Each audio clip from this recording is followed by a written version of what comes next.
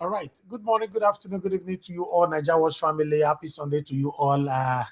Yes, another day, another beautiful day, 13th November 2022.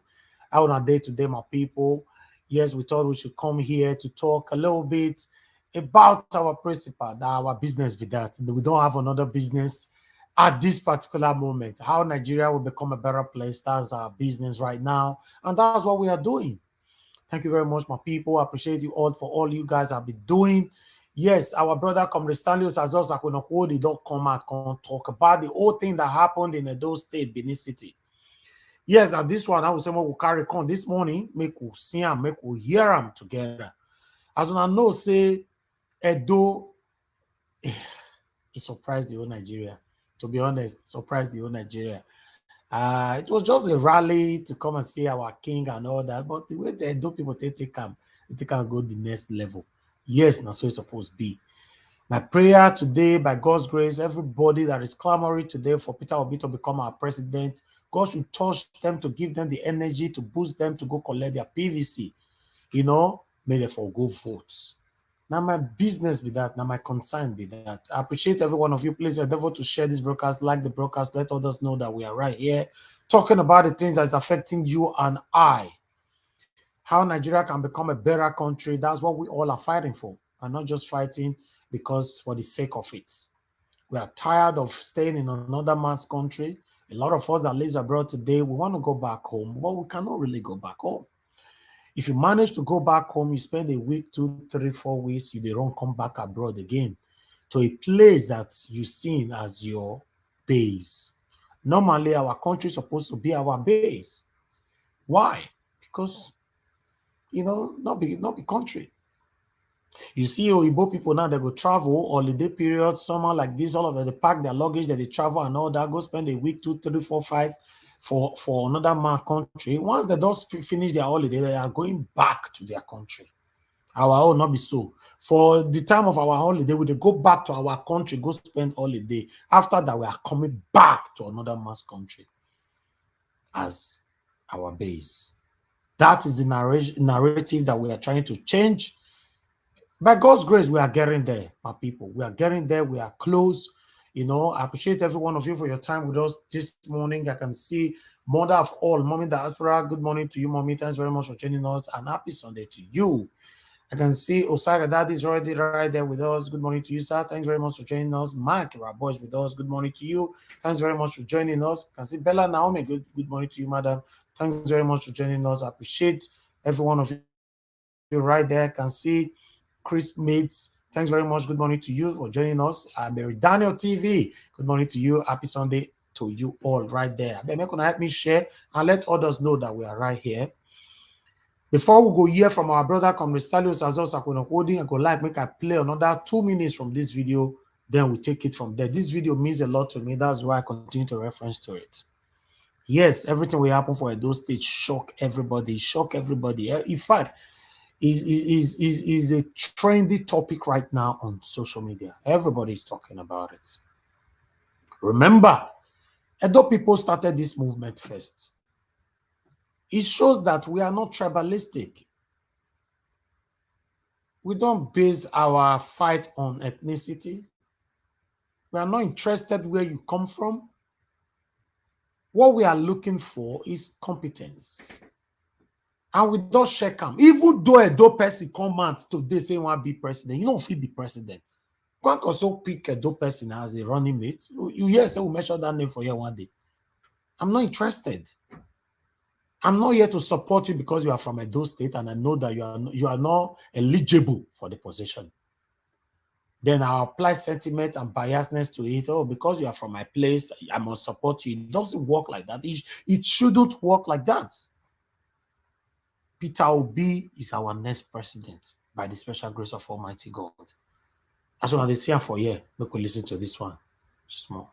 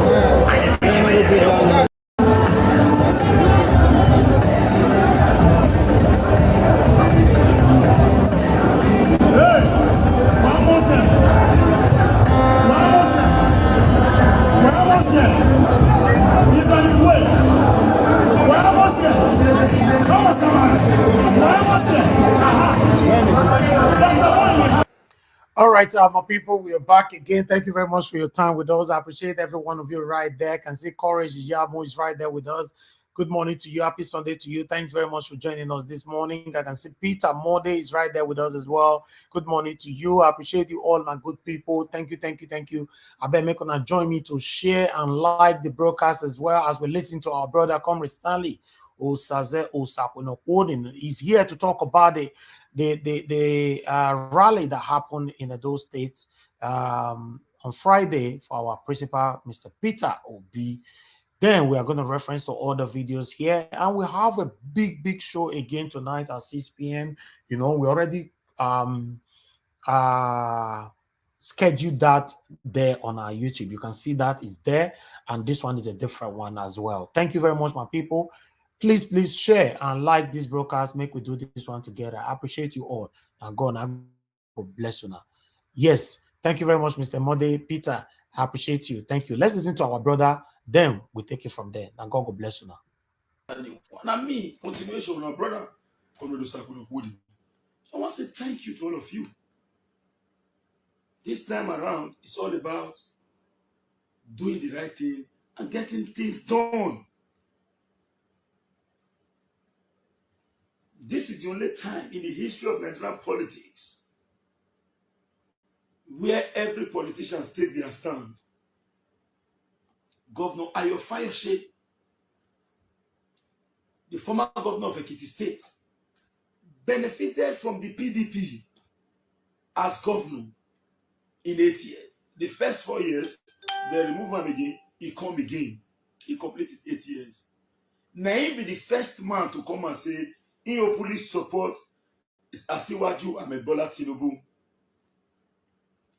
If a man who has served the capacity of a governor and still remain in the party as a member of PDP says that he supported Tinubu, who is not his party's member, who am I?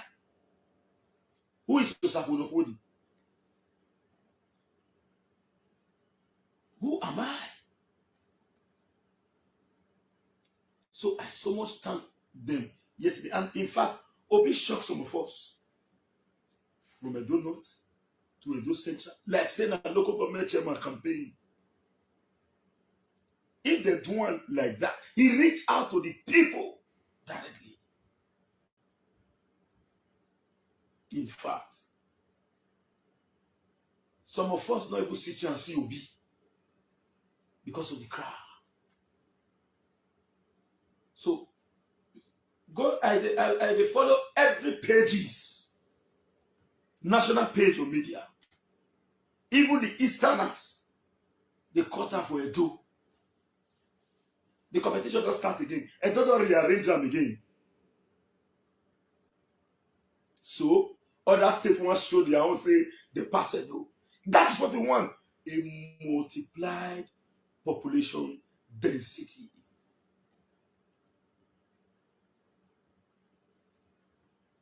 On our part,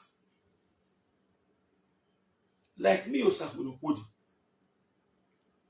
I'm not going to tell you lie. I may not like Obi facial expression, but I know say true one will get good school. I know say true one will get 24 hours electricity in Nigeria. I know say true one will get pipe bomb water as we speak today. Everybody they drink water because they dig borehole. Everybody they drink water because they dig borehole for themselves. So when Obi comes, so it's not about Obi in itself. Nothing concern me and Obi. Where if I come, it's not my problem. Whether I tall or ugly is not my issue. My issue is he really gets the ability to address the problem what we get.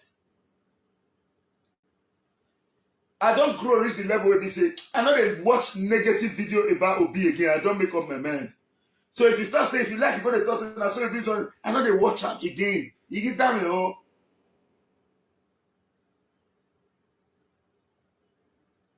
I'm not a member of Labour Party. I am not a member of Labour Party. So if Labour Party they share anything with benefit Labour, don't call me. Share it within yourself. There's anything. Don't call me. But I am fighting to ensure that we have a better Nigeria. And very soon said I will stop political party activities. I was an activist before I became a politician. Since when I talk politician, truth they had to talk. But as an activist, I'm not afraid of anybody. I will tell you my mind. So very soon, self, me go even stop the total politics. Make I know say I'm always supporting candidates. I'm not political party affiliation. What have I benefited from political party? I sacrifice more for political party than what I've gotten for political party. I sacrifice more for political parties than what I've gotten. As I did, so if I see not everything in the talk. So to some of us, It is all about the best for the good people of Edo State and our nation in general. I, for one, people not really understand why me on a daily basis, I keep supporting Obaseki. Somebody called me and say, comrade, why did you respond to so and so thing? And I ask him, what did he not respond to? Help me respond to them. The same way I get social media. Now so you get. Whether we like it or not. I cannot build and scatter. I will build and protect. I cannot build and scatter. So don't expect much from me. I can only build and protect. So what do you think I NOV do? It is all about our collective Edo State. It is all about our collective Nigeria. Don't want me not do one. After all, a system is a collection of parts or events that can be seen as a single whole thing due to the interdependent and interactions of those parts or events. When it comes to management, prudent use of resources, you can't compare Obaseki with anybody. Management of resources and how to generate revenue and how to use that revenue to fix issues. You cannot compare Obaseki with anything. Those who ruled before Obaseki were enjoying huge oil boom, excess crude funds. Today, what is the state? So governors are gallivanting from state to state and engaging themselves in political activity, whereas their citizens are dying of hunger and starvation. Salaries are not being paid. Workers are working without getting money. So to me, I get one kind of mindset. Me and you get quarrel, not me say you go talk truth. I will say that to you, or you do something right. I'll say, hey, may they go, that thing bad. If you do what is good and the thing is beneficial to the society and to you, I will be the first to congratulate you. I may not congratulate you because of you, but in my heart, I know if I envy you, I have stopped myself from getting to your level. So I will be the first to acknowledge your effort so that I can grow. Because if I don't want my friend to be a king, I cannot be a friend to a king.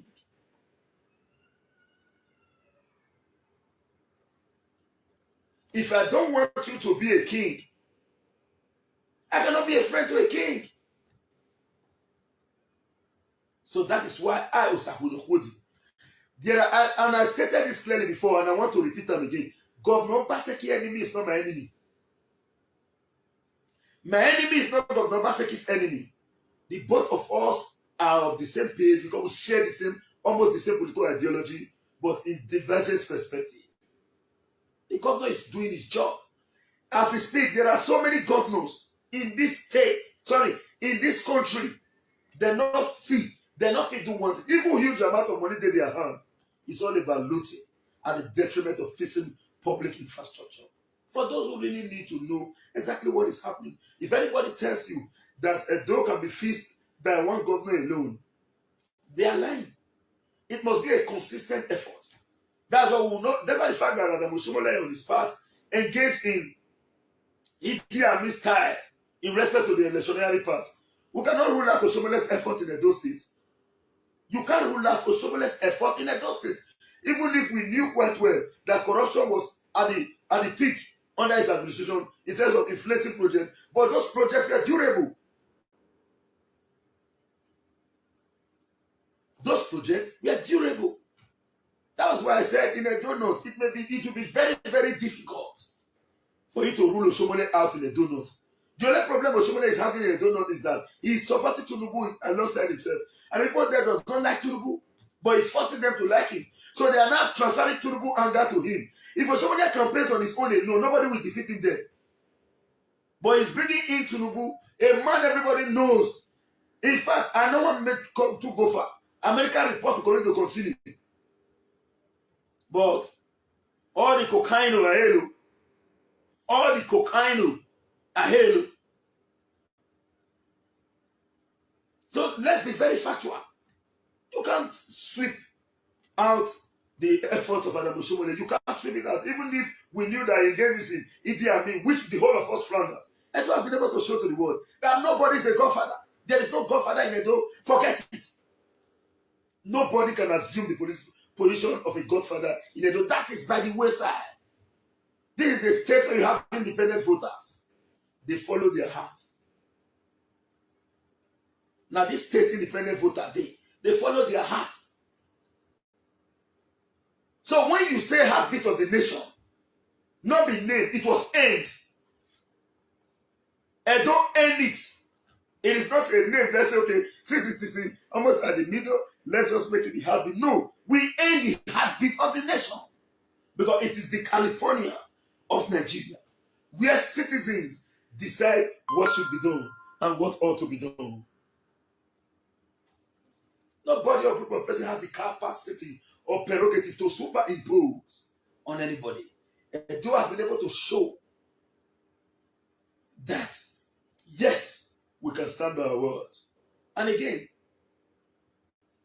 you need more successive administration from what Osomole administration did to that of the Obaseki administration, and from there to other administration. In fact, you need up to about 15 administration to fix the state. And in case you are not aware, as I'm going to talk to you now as a professional town planner, Edo has one of the highest layouts in Nigeria. In fact, the design of Edo is synonymous with Amsterdam, where you have communication routes linking from one place to another. And it is synonymous with the neighborhood concept as propounded by Clarence Paris in 1920 in the United States of America. Those roads need to be fixed. And as of today, we have a system where the local government is not functional in totality. And ordinarily, roads are designed in terms of shared responsibility between state, federal, and local government. You have the Trunke Road. In the Western world, the Trunke Road is known as the Arterial Road. Trumpi Road. In the Western world, Trumpi Road is known as the Collector Road. Trumpsy Road. In the Western world, it is known as the local access. Then they have one again in the Western world, which our own, we call it closed, but it's as well a dead end, which is known as the cul-de-sac. The cul-de-sac. Now, the arterial roads are usually 6 lanes. When you have arterial roads in Nigeria, it's like in Abuja. What we call federal road here today, we're supposed to be an arterial road. It's not even enough. People are building close to road. But by tomorrow, when government wants to dualize, because really before you develop any property close to the road, you are supposed to give 150 feet from the major road. You are supposed to give 150 feet from the major road, but people are developing. So you don't even have arterial roads in Nigeria. So what we call federal roads in Nigeria are substandard. The only place you have arterial road is in Abuja, where you have 6 lanes. The Benin-Lagos road was almost an arterial road from where Osomole constructed it down to after Unibe. The rest is far short of what we can call an arterial road.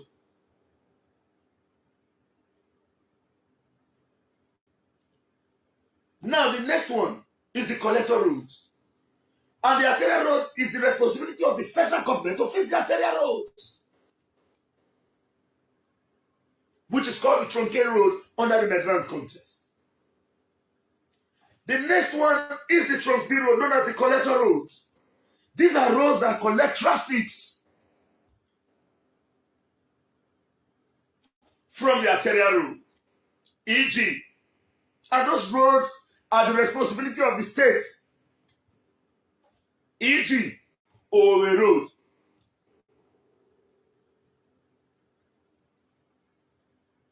Are you getting the point? Airport Road. This lead traffic, this collect traffic from the arterial road. It is the responsibility of the state government to fix those roads. Now the last one, which is the Trumpsy Road. The Trumpsy Road are the responsibility of the local government. It leads traffic to individual houses.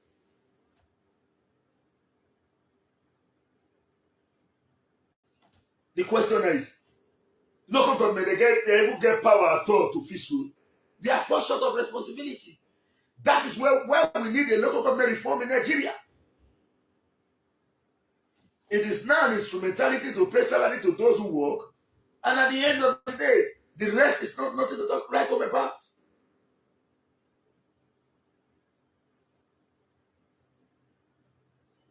So, if you understand responsibility, and now, some people will say, something that is there for market, Obaseki. Understand that the problem we are facing today in Nigeria is hyper, runaway, galloping inflation. And who is in charge of the economy? It's purely the responsibility of the federal government. They are far short of expectation. No matter how bad economy will be in Europe and America or elsewhere, the federal government must ensure price control. As we speak today, we claim to be running a federal system of government. We emulated the United States in respect to the federal system of government. Now, do we truly practice federalism in Nigeria? What is the responsibility of the federating unit? As we speak, Nigeria is built on the base of religion. Nigeria is built on the basis of ethnic chauvinism and sentiment. Nigeria is built on the basis of absolute tribalism. So, every religion suspects one another. A supposed unifier must not say a statement in the north and come to the south to say the contrary. A supposed unifier must do all what is expected to ensure that a statement released remains a statement.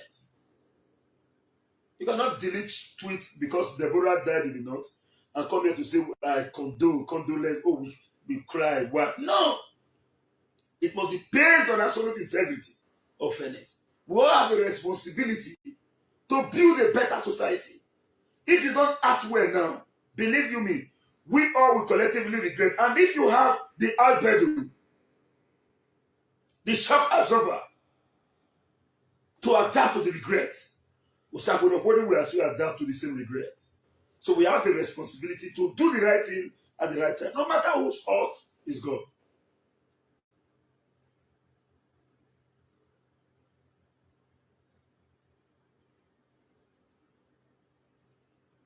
So, as a Nigerian, in case you are not aware, tell Nigeria in 2006, tell before they release that every 5 years. See, as a 2-6, he said Nigeria is possessing the quality and trappings of a failed state. As a 2006. The man Musa Yar'Adua came in and reorganized the economy. The only president who reduced the cost of fuel, the rest increased it. He said, no, return back the fuel to 65. The 7-point agenda. And he promised Nigeria that in the year 2020, that Nigeria will be part of the 20 largest economy in the world. It was actually achieved. Buhari returned it back to a reverse year. People are celebrating President Goodluck Ebele Jonathan today because Buhari failed. If not, the both of them are monumental failures. How much was the cost of rice in 1999? How much was it when PDP left it? How much is the cost of rice when PDP handed over to APC? How much is it today? This set of people are supposed to be apologizing to Nigerians for the bad economic structure they have created for us all. Whereas the same set of people, their family will never feel any form of hunger. Not just the present family, generation yet unborn. Tinubu is as rich as a worth of $6 billion, but his name is not part of the world's richest men because he's a politician. Where did he work? Where did he work? That you have it. Who was Tinubu in 1999? Do you know what is $6 billion? During the regime of Viktor Yanukovych in Ukraine, when Yanukovych was toppled, the Ukrainian government requested for a bailout loan of just $1 billion, a whole country. For those who live in Europe, if you have opportunity to interact with white man, they will tell you, go back to your country has money. Nigeria is richer than Spain. But in terms of resources, the only country that I would say Nigeria is not up to in terms of riches is the United States, because the vast oil reserve of the United States can even be more than that of Saudi Arabia. And they have more foliant deposits, alluvial deposits as well.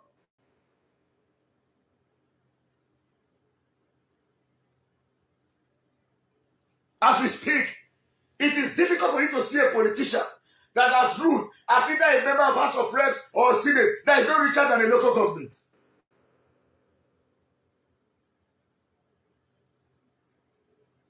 This is the only country where a CBN will spend 25 billion to print to meet a new amount of money worth 2 billion, 3 billion.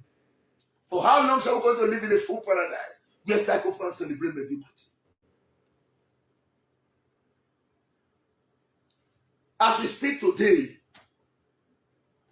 2023 politics is all about interest. Politicians have interest. The people themselves have interest. Make sure that you follow a collective interest that will secure the collective destiny of all the citizens. Political interest in 2023 election is we want to be relevant at the federal level. Political interest in 2023 election is we want to be relevant in the federal level. Let our own be there so that we'll be in charge. Economic interest of 2023 is we want there to we want electricity, we want good road, we want water, we want this. And when you support individuals who mobilize you with money, please be ready to postpone the progress of Nigeria to 2027. We'll start from there. When you support who mobilize you with money in 2023, do not make the mistake to expect progress. Postpone the progress again to 2027. We'll start afresh.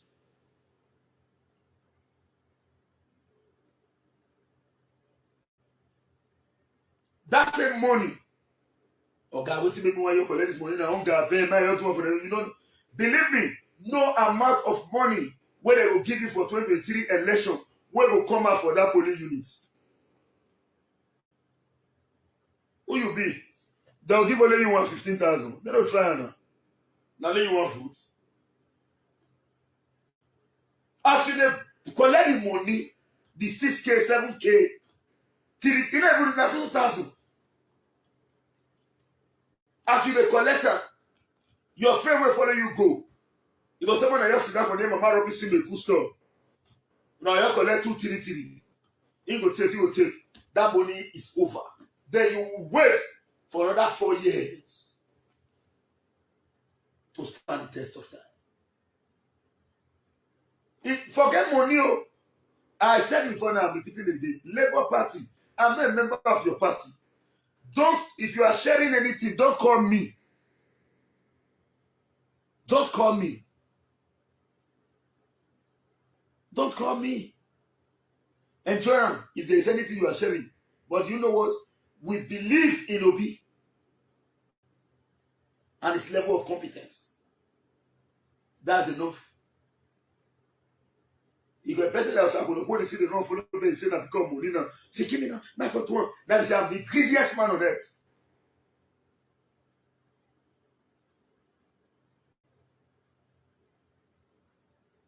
That is to say, I am the greediest man on earth. Somebody asked me, he said, comrade,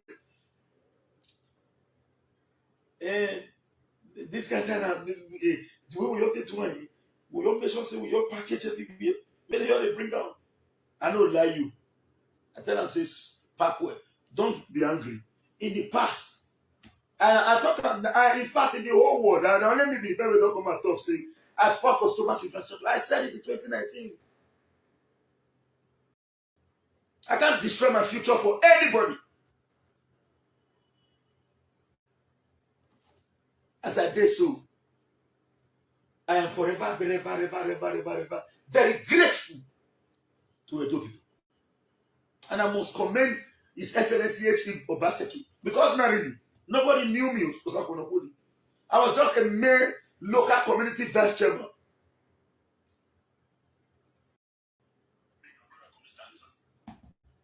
Hola, dia.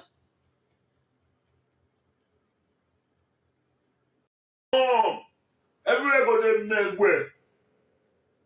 They carry patient enter emergency unit for hospital as the doctor say Russian. All right. Good morning, good afternoon, good evening to you all, Naija Watch family. I appreciate every one of you right there. We are going to continue with this video. I can see I already have some panelists right here. It's better we start talking. And when we have any space, that we play video, we talk, we play video, and we talk. Please endeavor to share this broadcast. Help us to like as well. The like is not encouraging at all. Help us to like, share. Let's give awareness to others that we are here. We are still going to be here today by 6 p.m. Endeavor to join us. We'll have a already we have scheduled that one there. You can see what the title is all about. I appreciate every one of you. I can see Atiosa Osaze right there with us. Good morning to you. The material girl, gracious. Thanks very much for joining us. Good morning to you. And I can see Osagbovo Konga. Good morning to you, sir. Thanks very much for joining us. Smart, I see you right there. Josephine Rabo, I see you right there. Kingsley Ogiriaki, good morning, my people. I appreciate every one of you. Thank you very much. Mike Akinbari, good morning to you. FSK one of Madrid, I see you right there. Thanks very much, my people. God bless all of you now. If I don't make sure your name is not retentional, let's move on and let's start talking right now. I have the first person with me here just for you. Good morning to you, sir. Thanks very much for joining us and happy Sunday to you. What is your take on this?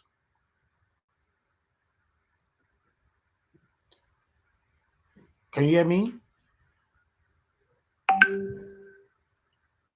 Okay, just for you, you are not available for us right now. Okay, I would like us to move on to Mr. Alex. You know, Mr. Alex, good morning to you, my brother. Happy Sunday to you. How are you doing today? Yes, I'm good, Mr. Najawas. Thank you. Good morning to or should I say, good afternoon or good morning to the viewers worldwide, fellow panelists, to the Najawas technical team. Good morning, everyone. Thank you. I beg, talk to us. What's your take on this, on the delivery of Comrade Salus Azos Akonokode, and in general, what happened on Friday in Edo State or the rally for the Peter Obi? Like I said before, I want to re-echo it again that it was an opportunity for the governor to redeem his already fading political career from in the sight of the Edo people. We cannot say the governor is totally bad, like what he said, but when you leave the basic things and you are chasing shadows, when you're bad at where you're good, automatically you are bad. So Osakwonofode has his right to his opinions. He's a human being. He's grandiloquent. He's astute with his analysis, but I disagree with him in certain areas because he's one of the Obaseki foot soldiers at the state level, of course. He's a diehard and a core first settle to go Obaseki supporter. So I don't expect much from him. I'm happy that he has integrity enough to support the Obidati movement. So yeah, so I salute his integrity on that, to know the overall good. His analysis on the road constructions and projects and so on and so forth, but they usually skip the major needs or the major yearnings of the Edolite who voted this governor. I don't like it when people keep saying my governor, it's an Edo state governor. So people should stop personalizing the governor as if he's your boss at your place of work. He's a public servant. He's there to provide security of lives and property first before any other projects he's trying to do. Every other thing is not so as important as the lives of the citizens. I fought Stalin's comments on, he really refused to address insecurity, for example. He refused to address the half-house of assembly that the governor is running with. He refused to address, he stylishly brushed away, because I've been listening from the very beginning. He brushed away the issues of local government. He analyzed the tiers of government. He refused to fully compare America's presidential system of government and Nigeria. People compare Western world to Edo State when it's convenient for them. So if you cannot allow local government to function, deny the people of the dividend of democracy, denying them of their councillorship and their local government chairman, not allowing them to have access to people they can easily reach. Because not everybody have access to Sadebe Avenue. Not everybody have access to the governor's number. Not everybody have access to Philip Shaibu and the commissioners. The government of Obaseki just now is far away from the Edo people. It's like the government is in India, while Edo State is in Nigeria, because there is no connection. So Sakunopodi has to talk in favor of his boss in some instance. So I don't blame him. He has right to do whatever he wants to do with his life. I also salute him for championing the Obidate movement, for talking about the overall good, for talking about a new Nigeria.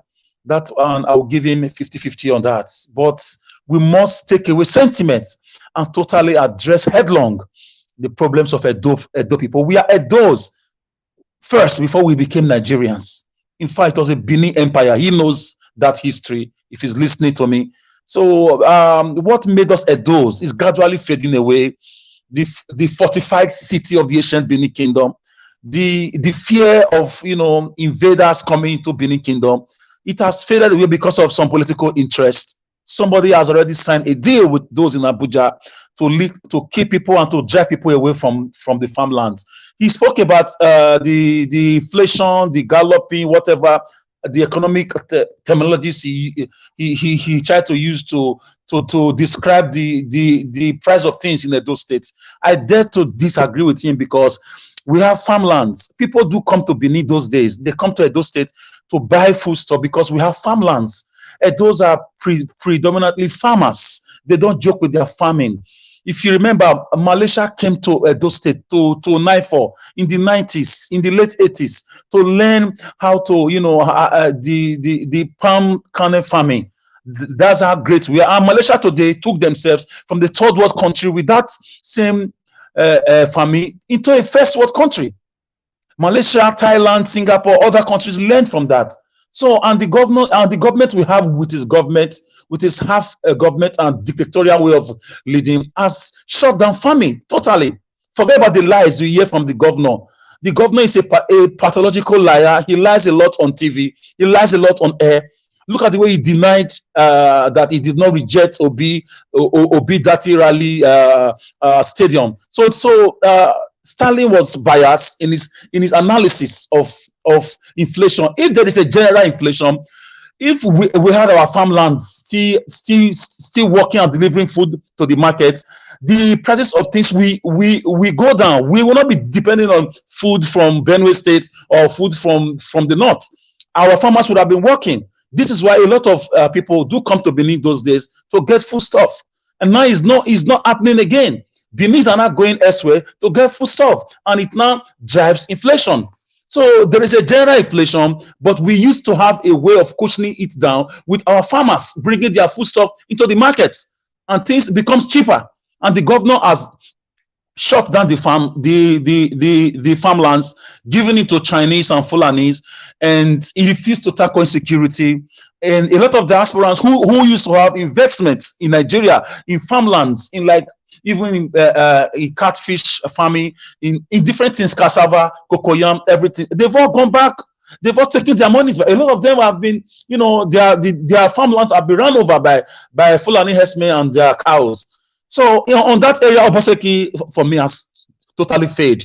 Even if you do every other thing, you pay teachers, you pay pensions, you try to do a few projects, and you live lives. You leave the borders of the state to be overrun by killers, by people who are distorting. There is no amount of development that can take place in the atmosphere of insecurity.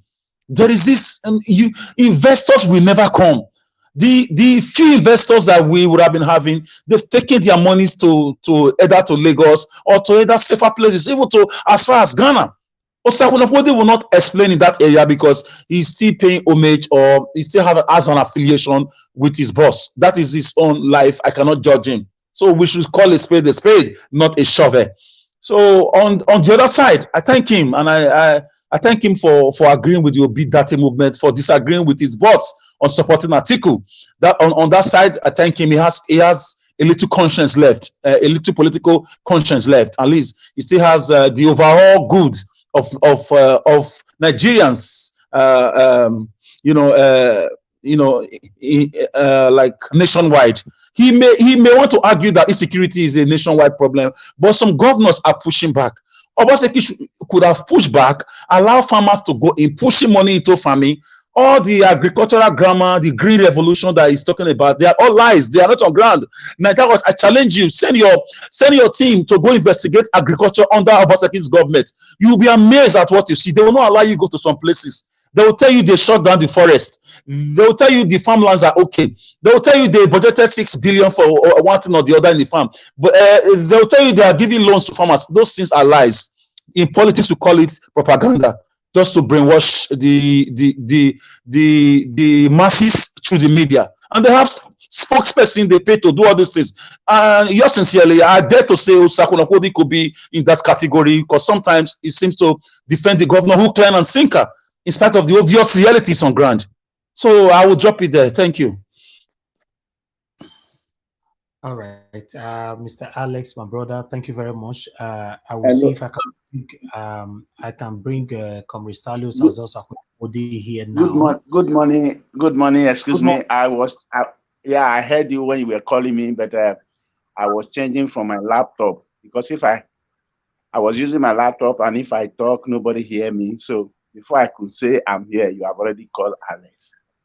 Najawas, please, if you can bring him in now, I'll be very happy so we can have a little tete-a-tete, like a tick chat, All right, let me give the opportunity for you to talk to us while I see if I can bring Comrade Stalios as here to answer some questions. All right, thank you very much, Just for you. Good morning to you once again, sir. Please talk to us. Okay, good morning, everybody. I greet you, Naija Watch. I greet you, panelists. I greet you, everybody all over the world. Nigerians, you are wonderful people. I greet you. Let me go straight to the point. You see, I would like to touch some areas, but because of time, let me just go to the point first. Number one, I think the last person that spoke before. You have the time, except you don't have time. We have time. Talk to us. Okay, fine. Okay, fine. Beautiful. Okay, before I go that one, let me correct one guy. When we were talking about, I think yesterday or the day before yesterday, we were talking about indicting account number and not indicting the owner. So it is made clear, very clear. That is number one. I will speak to that. Then I will speak to my error. I have an error here. And I want to apologize everybody because anytime I speak, I always compose myself. I speak under the direction of the Holy Spirit. If God asks me to speak, I speak. Most of my times I come online. You don't see me. I don't come on the stage because I come and I speak. So if I speak and my speech is contradicting, I felt very, very bad. And that I want to speak concerning the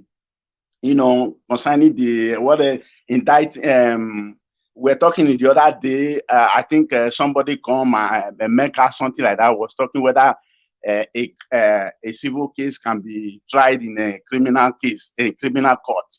So actually, sometimes Google will explain something you might not really understand. So I went into research. I called my lawyer friend. I'm not a lawyer. I'm not a barrister, but we still school together. So I called my lawyer friend and I went into research. And I want to correct myself for that. So the answer I got was that yes, a civil case can be tried in a criminal court only on the ground that when that civil case now turn out to be a criminal case, like manslaughter, maybe you are driving and you are under influence of alcohol or drug or something like that, and you are caught and something like that, and that it can only be tried and that criminal case will be created out of that civil case, and that civil case will be treated in the civil court, why the criminal case now will now be transferred to criminal court, which means this person now, instead of answering one case, is now answerable to 2 cases. And that is the research I've found out myself. So I want to make that error, and I want to correct it myself. I'm very sorry for that, for supporting that. No, okay, that's for that. Thanks for coming back to try that. Thank you. Okay, so the other one I was talking about, let me come for first for Festus Keyamo. I want to speak to Festus Keyamo too. You know, this time of deceiving Nigeria, I think is over. We are not fools, because when you talk, most of us, we go into research, we go into so many things. So if you don't have the video, I will send you the video when a man explained why US have a law that will indict an account and the person will not be indicted. So even it happened to me in Europe here, why my vehicle was parked somewhere, and the vehicle was stolen. So when I got there, they said, it's either I forfeit the vehicle, I pay so amount. Because the vehicle was there for so long, I didn't know, because I bought a new vehicle and I abandoned the first one. So I removed the insurance, and by law, you are not supposed to park a vehicle on public roads, and the insurance must be there, roadworthiness must be there. So I didn't know. So I removed the insurance and put it in the new one. So when they now told the vehicle, before I discovered it has been a long time. So when I went there, I discovered that the money for me to clear that vehicle is enough for me to buy a better vehicle. They now gave me option. Will you forfeit this vehicle, or will you pay so amount? I said, okay, let me forfeit it, because the money to clear that vehicle is bigger than the money for me to buy a better vehicle and a bigger vehicle. So I forfeited it for them. So they cancel everything from the computer. That is exactly what happened in that angle. So I'm speaking because I don't come here to speak without I don't know what I'm saying. So in that regard, a young man explained everything. Possibly that Tinubu might be disqualified. No matter what the so-called Sam, who does not know about Sam, call himself a Sam, he explained everything. That forfeiture account cannot be indicted. It's like you are a driver to a vehicle. You are driving a vehicle, and you have an accident, and you kill somebody, and you will not come out to say, hold the vehicle, don't hold me, I'm not the one who killed the person, it is the vehicle. That is just the same thing. You are the owner of the vehicle, you are the owner of the account, and your case is related to drug. How did you get this money? And there is what they call it, there is evidence. And the US, in pursuing that matter, that case, we spend a lot of time. According to the man explaining it, we spend a lot of time and a lot of money. So they now give him auction. It's either you forfeit it or you pursue the case. This case, in the long run, he will lose the case, number one, and he will still go to jail. And when you lose the case and you go to jail, you will still forfeit the money. What will you do? A wise person, you will forfeit the money so that you will not go to jail. That is what happened in that regard. He forfeited the said amount because he doesn't want to go to jail. So if Festus Keyamo is coming out to deceive the whole Nigeria because you have mad, because these people, if you look the other day, I called them the lying lips of the APC. They are the lying lips of APC. Festus Keyamo and what they call Garba Shehu. They are the ones misleading Nigerians. So we are not fools. I think enough is enough. We cannot continue in this same way. Continue to fool all Nigerians. And I think as I'm speaking now, the whole world is hearing me. So we are trying our best. Just that we have a kind of a wicked government that doesn't want to listen to the cry of the masses. Everybody is crying out for Obi now because we see the Obi. We see everybody trying to put Nigeria right. But those who are holding Nigeria ransom, they are holding Nigeria ransom. You see Naira, worthless Naira, rotten Naira. Somebody kept that Naira from the public purse. It's not using it. It's not giving anybody. It's not wickedness. That is the government we have today. Government of criminalities, where the nobles are being kept in prison, are being killed, and being jailed. While the criminals are being promoted, they call them repentance or whatever. And when you are a criminal, when you go to APC, according to Oshomole, when you go to Oshomole, not to Oshomole and the president, he was there when he made the demand. When you come to APC, your sins are forgiven, your atrocity are forgiven. You can continue whatever you want to do. And that is why you see people like FFK, they run out to that place. When immediately a politician discover that they want to prove in, they run to APC, and that case will die immediately. That is the situation we find ourselves, and that is not democracy. What we are practicing in Nigeria is not democracy. Democracy, where you have the rule of law, you have fundamental human rights. That is where you have the democracy. If any nation where these things are eluded, it's not practicing democracy. Nigeria, we are not practicing democracy. What we are practicing is tyrannical government. So that is for that, as far as that one goes. So all these things we are seeing now, all these things we are seeing depriving Peter Obi from using public places. These are the handwork of APC and PDP. I tell you categorically clear, because if you watch, they give out order to all these people. But where I am mostly flabbergasted by all this movement, by all this governor, is that when you see a wrong and you be part of it, you are a wrong man and you are an evil man.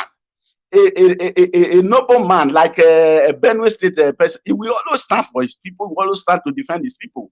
All of us will lay our life down, because you don't know what will happen to you tomorrow. They may send a person against you. When you speak against this government, they send a person against you. That is the reason why EFCC were arresting people, opposition parties. They were arresting them because they were not really fighting corruption. It is now clear to everybody that this is a partisan movement. They are just trying to fight everybody so that they will remain in power. But thank God, God has power over everything. I still believe that if all of us, while we have fighting this physically, we will also go into spiritual battle. We pray. When we pray, I know God will hear us one day. It's not going to remain like this. Is it that Nigeria is good now, or Nigeria break up? That is what I believe. Is it that Nigeria is amended, or Nigeria break up into pieces? Because we cannot continue like this. If we vote Article in, or if we vote Article in, who has proved himself as a tribal man by saying vote for Northern Ireland, don't vote for any other person from any other tribe. What else do we expect?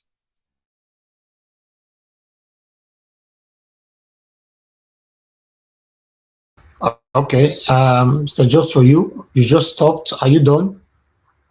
No, I'm not done yet. So I would like to. You said I have time. That's why I'm touching some areas. So if you talk Edo State, let me go to Edo State too. Then let me just make a little remark there. Somebody spoke before I left. Somebody spoke about. It spoke my mind. I've been trying to say this thing, but I don't want to be attacked. Sometimes I just kept myself mute. That has been my position. He spoke exactly my mind. You know, when you talk about Oshomole did something good.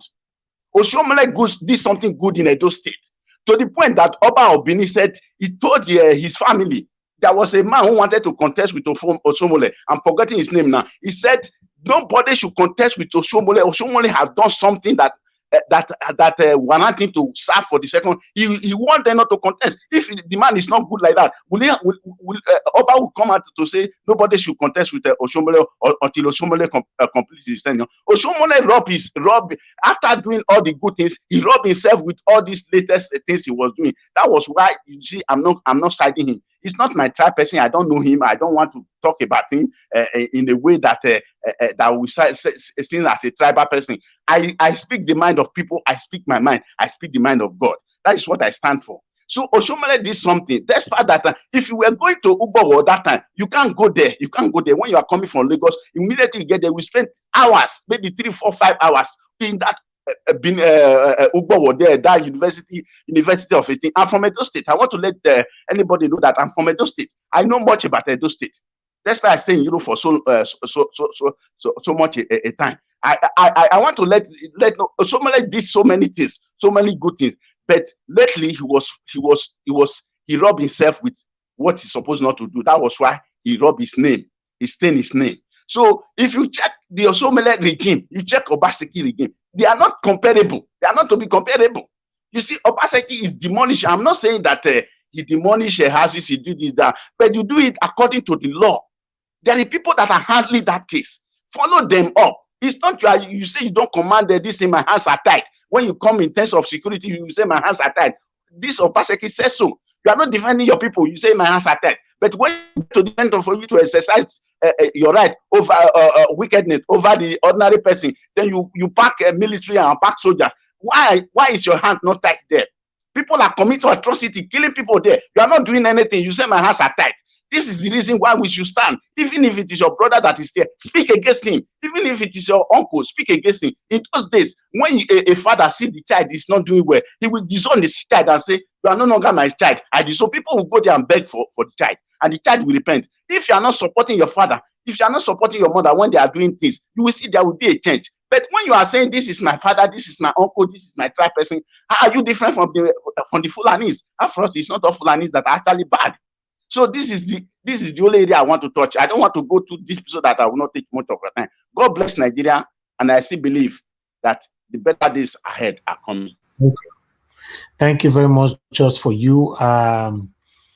You see, everybody have their opinion. Some people said Oshomole did well, better than Obaseki. Why some are saying Obaseki did well, better than Oshomole and all that. You know, it depends on their own perspective. You understand? To be honest, if you want me to give credit to any of them, I don't have any credit to give to both of them, because I believe both of them are the same. You know, they are the same content. So Oshomole brought Obaseki for us. During the time of Oshomole, Agbero were taking over Edo State, while during the time of Obaseki right now, Fulani Esma is taking over Edo State. So, you know, they are the same people. Meanwhile, I would like us to move on. Let me hear from Shibuzo Adi. Shibuzo Adi, are you ready for us? Good afternoon to you, sir. Happy Sunday to you. Yeah, good day, everyone listening. Happy Sunday to everybody listening. The Thank you. commentators, everybody listening. Thank you. What I just want to say about what the previous guy said was, the video that you played. That video, when you see, there is a change of system that everybody will have to understand. It's not about you supporting a particular party for your own personal interest or for the good of the people. I always tell people that in this APC, PDP, Labour Party, every party that is contesting in this election, there is a bad egg among every of these parties, and there is also good people into this system, into this let me call it meeting. All of them have formed. So, but what happened is that very guy spoke very well. I don't see anything that is wrong. Whatever he spoke about the Edo government, what's the name, the party that he represents. He said PDP. that, well, he's represent PDP, right? Yeah. Yes. So he can say that he believes in PDP. He's a lover of PDP. But he have seen the transformation. That is not the kind of the PDP he believes in, is not the transformation he's hoping for. And that is why you see him looking for a different party that give him the concept that he deserves, that is what he wants. He still believes that, okay, maybe one day PDP may change their concept. But still, currently, he's not seeing any of them. And that is why he's throwing his heart to P2B, because he has seen there is a difference between PDP and this very Labour Party candidate. There is a completely different, and that's why he's giving his support. It's not like P2B is giving him money or something. After all, the rest of the parties, they are giving money to their supporters and their agent that is campaigning for them. But I don't say P2B doesn't spend or the Labour Party doesn't spend money. Definitely, but not at the magnitude the way the rest of the parties are doing. All of them are these parties are doing their best to gain the heart of the people. Atuku have went and tell the Northernland and said, listen, you need a Northernland to become a president of Nigeria. And every Nigerian knows that this is an open letter. This is an open check. The Northerners have taken care of Nigeria. And look at the care they give Nigeria today, the implication, the impact of it. If you are happy with the very Atuku concept, then you vote for him. That is Atuku, you are a Northerner, you have done well for Nigeria. So if you see that is not good, you change your mind and say, no, this guy is coming with something that Nigeria doesn't want. We need a leader who can take Nigeria along, who can give Nigeria what they want. And that is what P2P is bringing to Nigeria. So, and that is why you see most of the political parties that is belong to other parties, they say, no, I belong to my party, but I will give my support to this very Labour Party because of what everybody is looking for is a good Nigeria. It's not a Nigeria whereby Buhari have come, injected the Boko Haram, come, created bandits, come, created kidnapping, you know, he came again and created the herdsmen. Now, he have seen that all these things are not working. This is APC concept. All these things are not working. What he did, he went to Cameroon and said, open the river, let this river finish all these people. And this is what is happening. And when you are calling him, he doesn't even pay ear.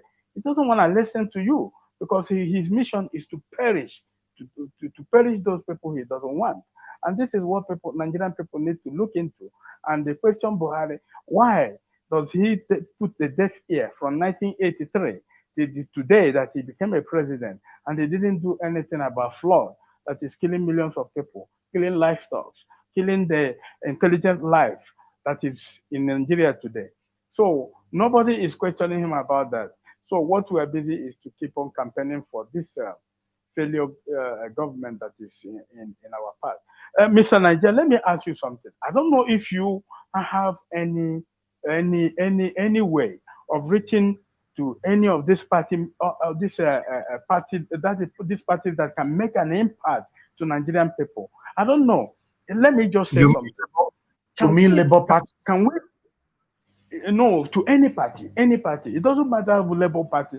Tomorrow, we can see anything tomorrow. You become a platform where we will be campaigning for those who are giving us what we want.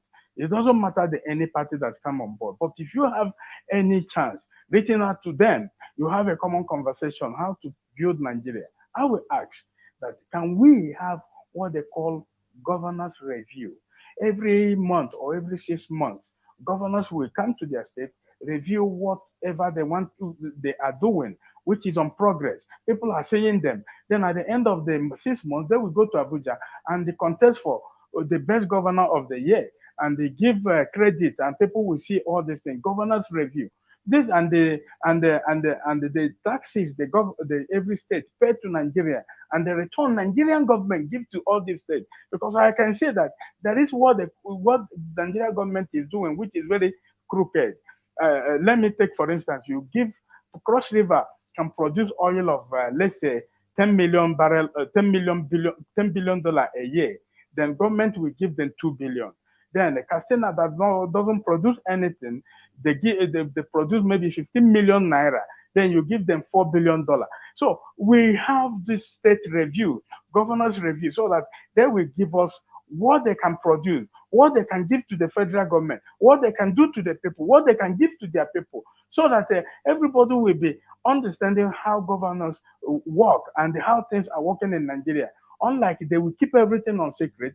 People don't even know what is happening. We are here lamenting, talking. We are hearing big money, and nothing is happening on the ground.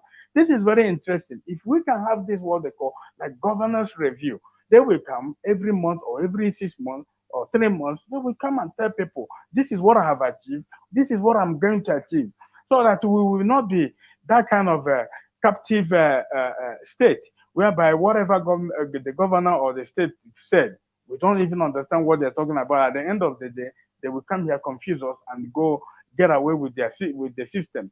And Mr. Niger, I still repeat again, if there is electoral fraud, please, fraud, is it an offense in any country?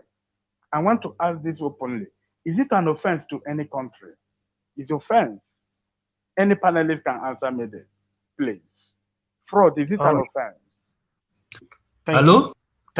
Thank you very much. Fraud, is it an offense? Is anybody there that want to answer that? Yeah. I wanted to answer. Okay, go on. Go ahead. Okay. Yeah. Go ahead. Yeah, thank you. electoral fraud is an offense.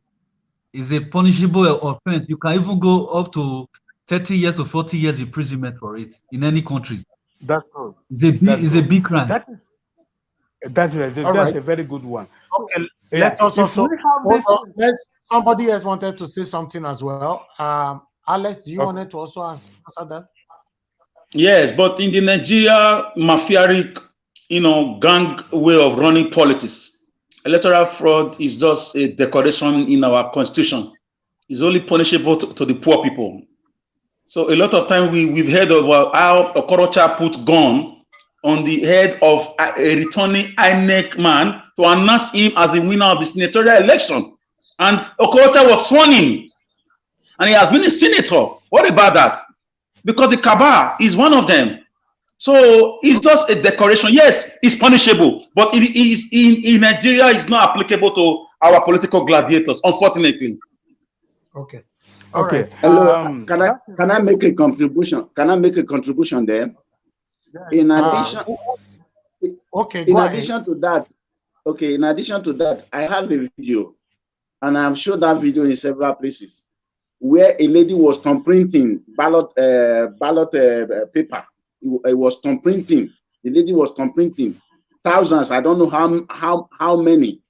And this person that showcased this video was asking the government to find out this lady, and so that the lady will come up to say who she was working for. Till date, that lady has not been questioned.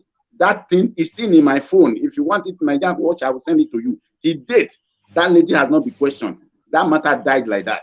So that is as far as election fraud in Nigeria goes. It doesn't apply anything. It only apply on the innocent citizen. God bless you. Exactly similar Okay, to thank you. what Mr.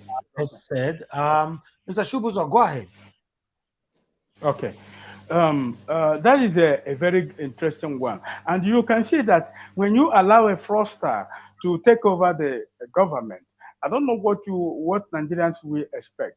We cannot expect anything that is very genuine, because everything in the system will be fraud. And this is why we need to be very, very careful, try to understand that, well, whatever we do, because I don't believe in video. I don't believe in anything you show. What I want to believe is the evidence, proper evidence. Because at the end of the day, this evidence, they are the one gonna prove whether this is how they fraud you or how you didn't fraud them.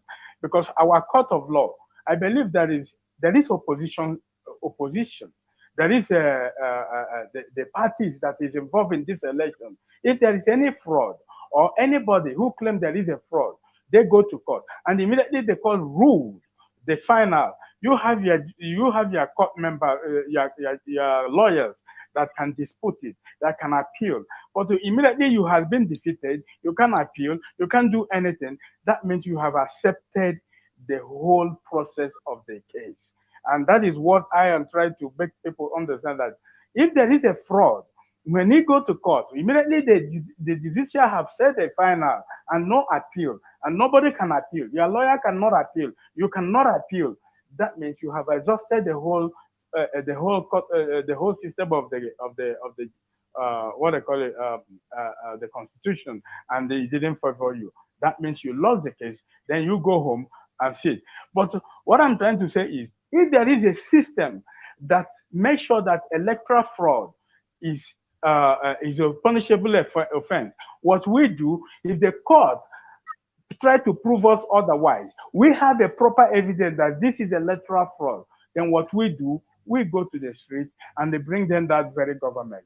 And if we don't do that and accept it, and we can't do much, rather than we will obey whatever they said.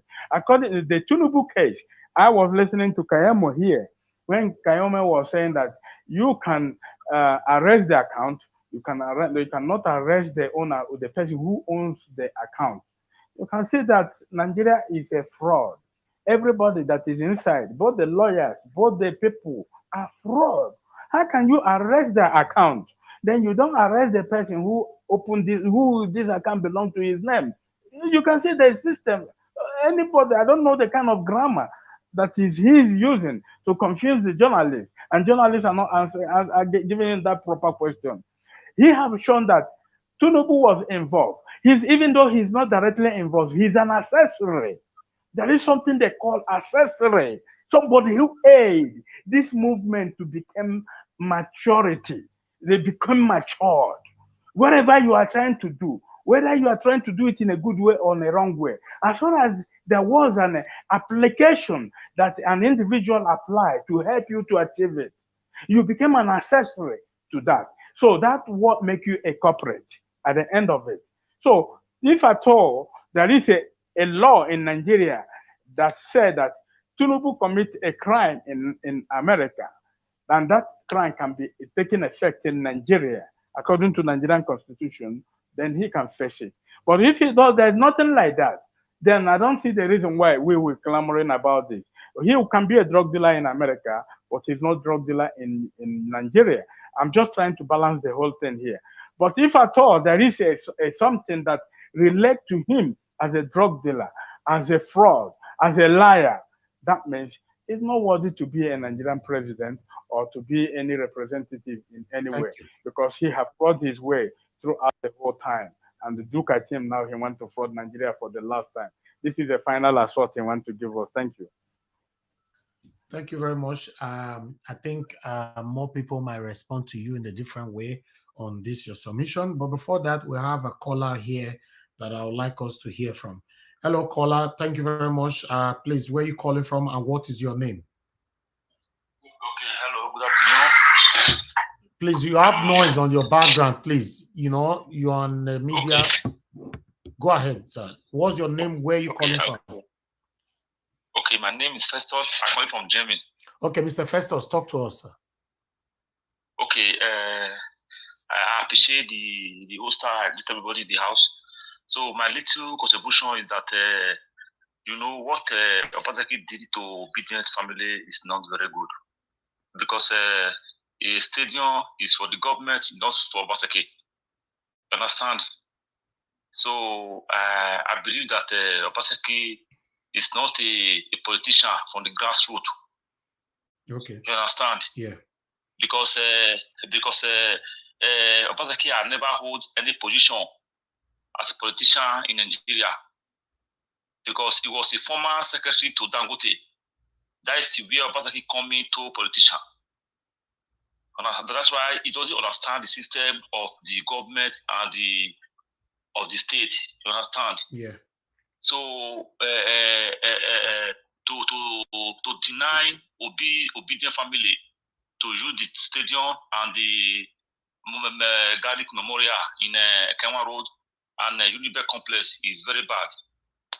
So he cannot deny it. He said it on media. It's on record. He can't deny it that he didn't say that. Understand? Okay. We all need a betterment of this Nigeria, our country, because I know we are in Europe, and Europe is not our home. The Europe side build their country. That is why we are here today. Mm-hmm. We want our country to be built to be like Europe, so that when we are talking, they will listen to us, that our country is okay.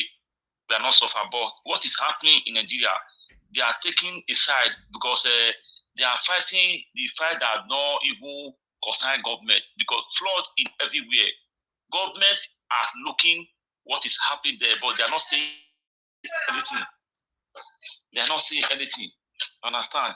Okay. So that is my little understanding, because what Obaseki did is not good.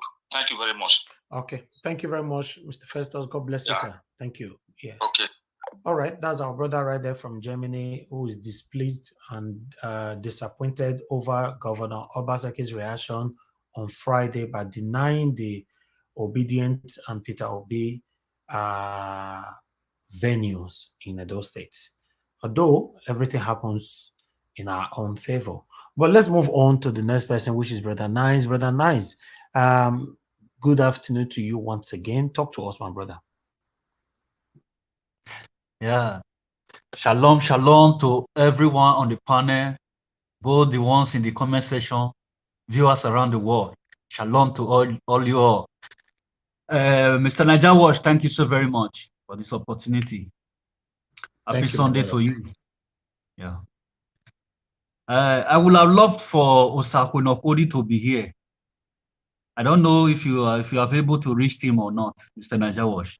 Yes, I'm working on that, but at the moment is unavailable. But maybe before we round up, we might be lucky to get it. Thank you. All right, all right. What I want to say is that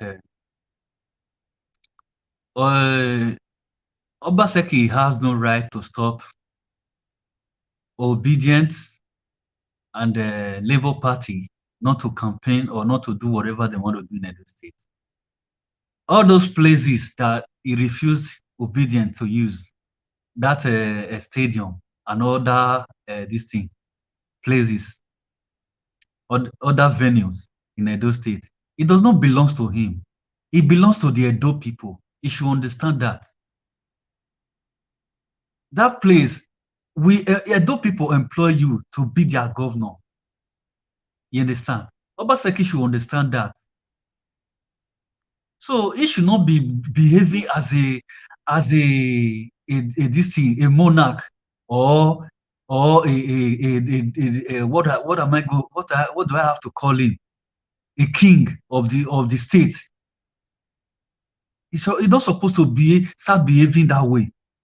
These same people that you refused them this venue and that this thing, those are the same people that fought for you to bring you as the governor of Edo State. Obaseki is an ingrate.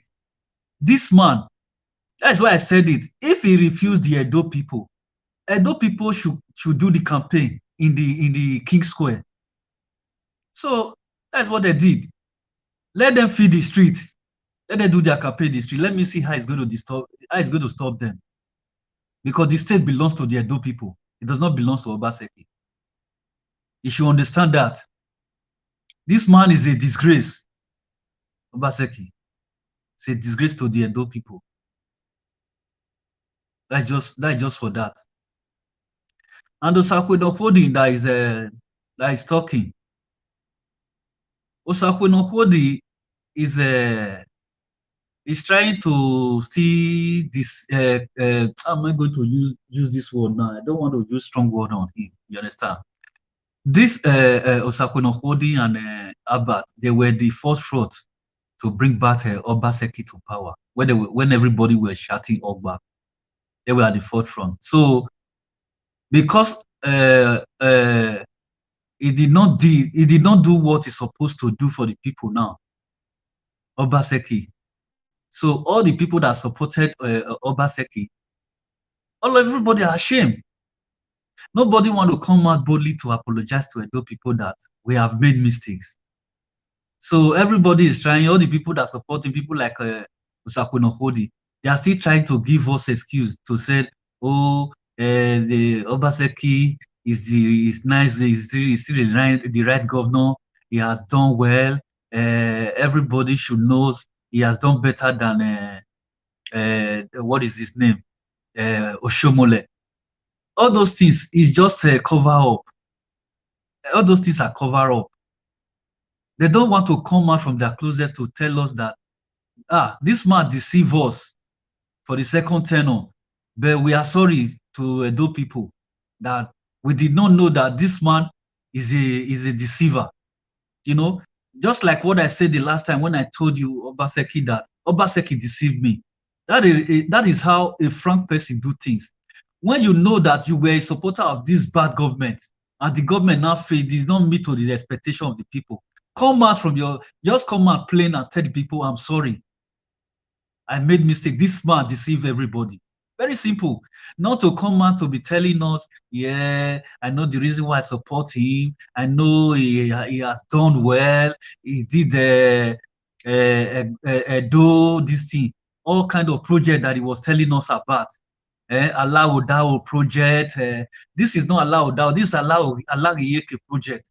All those fraud project that he brought out, everything is Allow Iyeke project.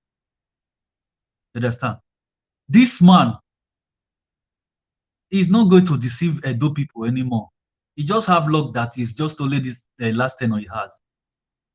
Obaseki, what he did to Edo people, I will not. This man, especially me, I will not forget. Me, it's very difficult for me to trust somebody. When I trust you and you betray me, nothing you will do to win my this thing, my trust anymore. This Obaseki, what this man did, and on top of that, he still refused obedient. People that brought him to power, I still refused them venom. Obaseki. The way I dey verse now, if I see Obaseki one-on-one, I go bite him. The way we are the verse. Thank you, Mr. Najawash. Thank you so very much. Okay. Thank you Please, very much. can I quickly say something, please? Let me add to what you just said just now. Okay. Go ahead. Thank you, Brother Nice. You must understand, you can never be supporting somebody or a particular. You can't be loyal to a government and fully speak against the government. That's what Festus Keyamo is doing for Ahmed Bola Tinubu is what Osakwonapodi is doing for Obaseki in Edo State. Because the stadium is not his own property, it's for everybody. Osakwonapodi cannot publicly tell everybody that Edo State is running a democracy with half house of assembly, with no local government chairman, with no councillor. He cannot condemn the killings of Fulani herdsmen. They will hide. There is a national problem. Meanwhile, some governments are pushing back for their citizens. Osakwonapodi cannot tell us how much Obaseki spent monthly Edo State money in running the affairs of government. He cannot tell us that we have the functions of the legislature, the judiciary, and of course the executive. So he knows the game is playing, but I only like him for one little reason, a little bit, that is on the obedient side. If not, he's just a political errand boy to the Obaseki's government. Don't forget, he worked for them before, and they know him, they know his family, they know his children. So maybe he's protecting his life too. He can never be truthful. Thank you. Thank you, Mr. But Alex.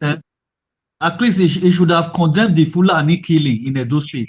That's what I don't understand. I listened to one guy that spoke, I think before you or so. He was talking about Osakwonapodi spoke where it's easy when you don't live in Benin, when you are not from Edo State, you really don't understand. Some of them are now using the obedient movement to cover their past sins, which is allowed. This is what I expected Obaseki to do, to come under a movement and try to see how he can salvage his name, because his name is very bad right now. You can see it the way people turn out for Obi.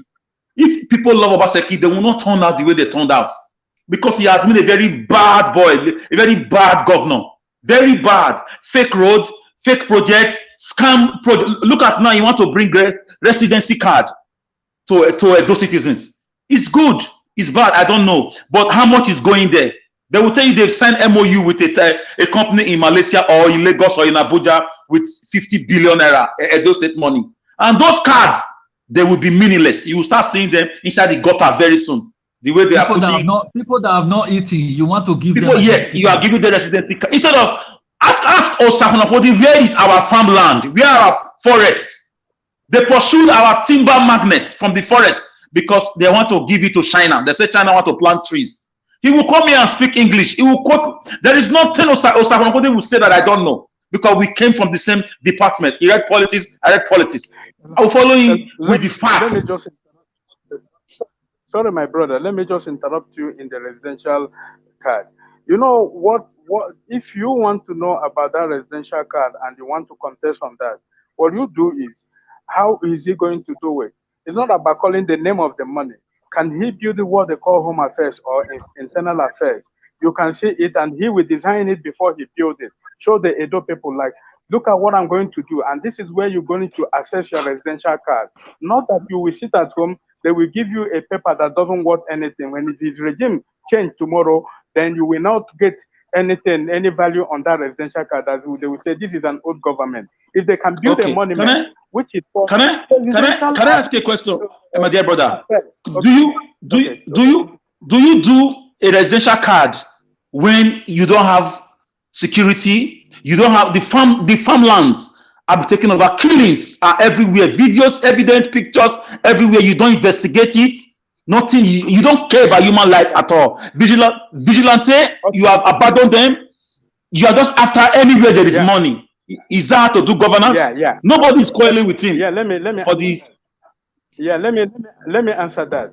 If you are a responsible government, what you do, that residential card now will eliminate those who are residented in the area, with those who are not residented. These are part of security process. But what happens is we know our brother. It's a scam. I beg you, it's a scam, my brother. No, I know he can be a scam.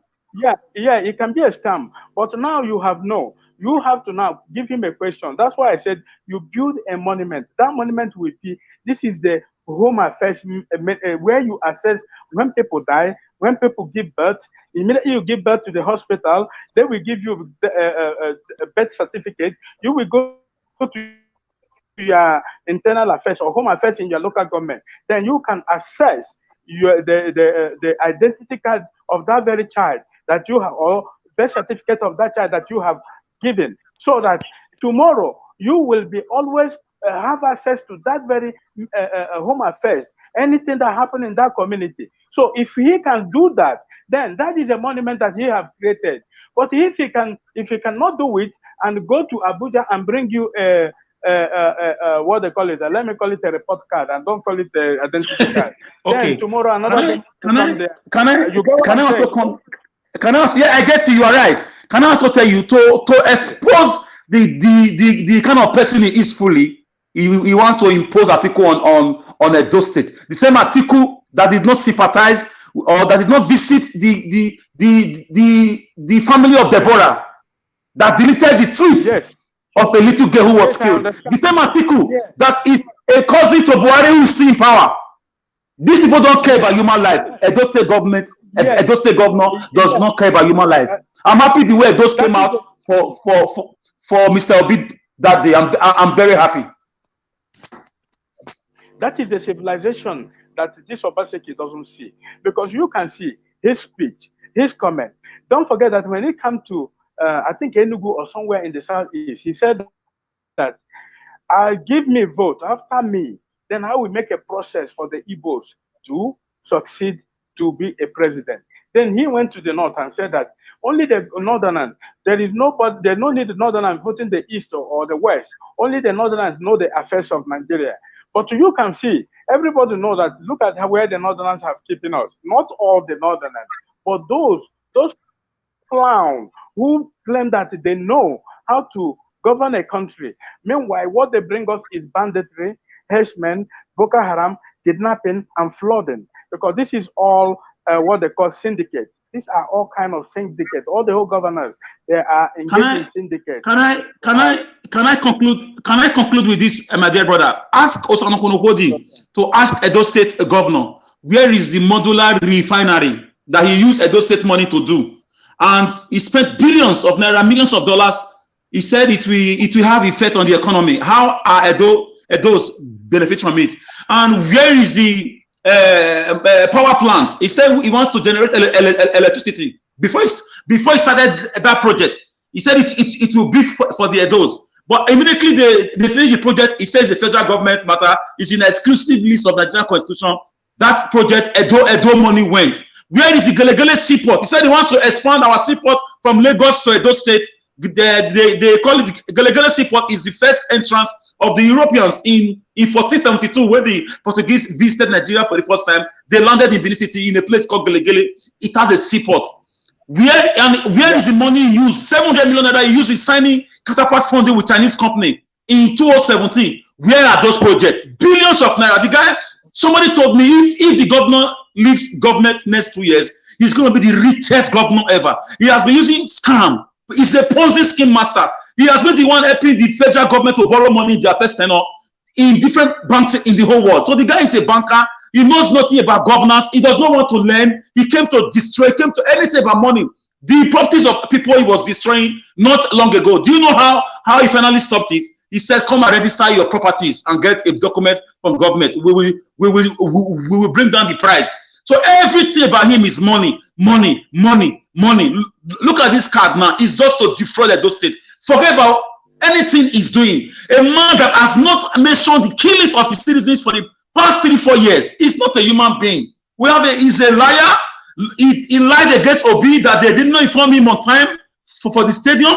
He doesn't have feelings. If you watch Arrest News, you watch that interview, you see the wickedness written all over him. So I don't know. I'm not PDP. I'm not the other side. I'm just talking for the Edo people. You don't need 100 years to know a good man. You don't need to be Dangote to be a good man. So I will stop it there. Yeah, but don't forget that Mr. Niger Watch said something. He said that both Obaseki and Oshomole, all of them didn't do the proper job they're supposed to do. What do you do as a state governor? You supply waters to everybody and immediately supply water to every household. Then those people pay you revenue in return. Then you use those revenue to engage in other activities. Then if there is a possibility of electricity, every house in Nigeria today, if they are powering generator, look at how much you spend at the end of the month. But if that electricity is steady, you will see you will spend even less than that, and you will have your job done.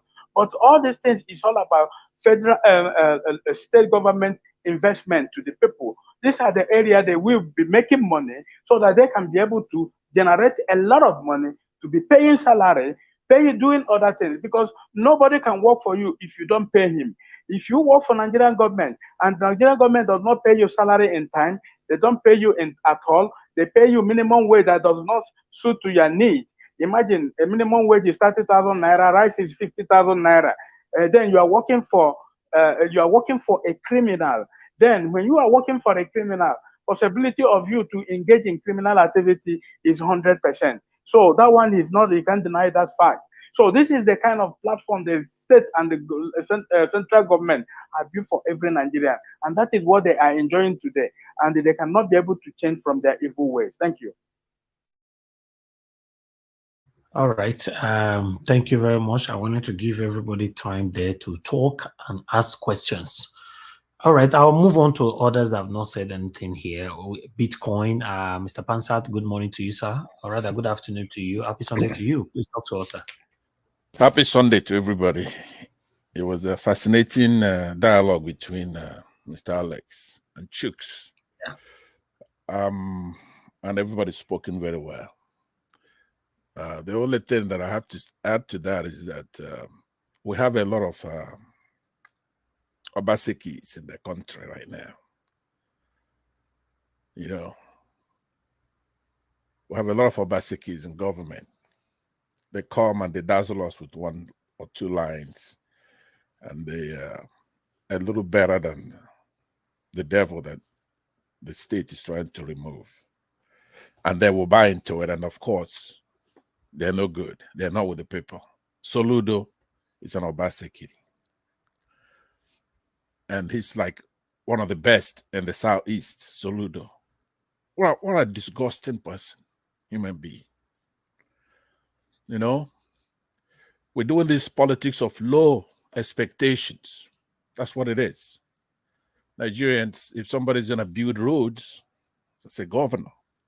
Hey, he ought to be governor. He's a governor. He should be re-elected because he built roads. So, but the thing that is more troubling to me lately is the character of our people, Nigerians. It's very irritating. Do we really deserve democracy? Do we deserve a good government? I mean, it seems to me that we're so immoral. We see other countries do revolutions, do all kinds of things to remove bad people from government, take their country back. Exactly. It never occurs to us that this is what we have to do. It's not going to be peaceful like that, where somebody's just going to hand over power to you.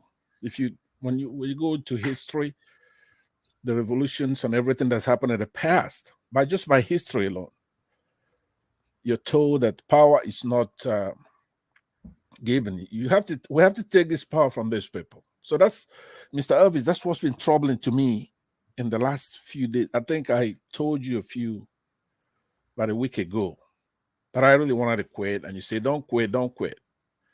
The point is,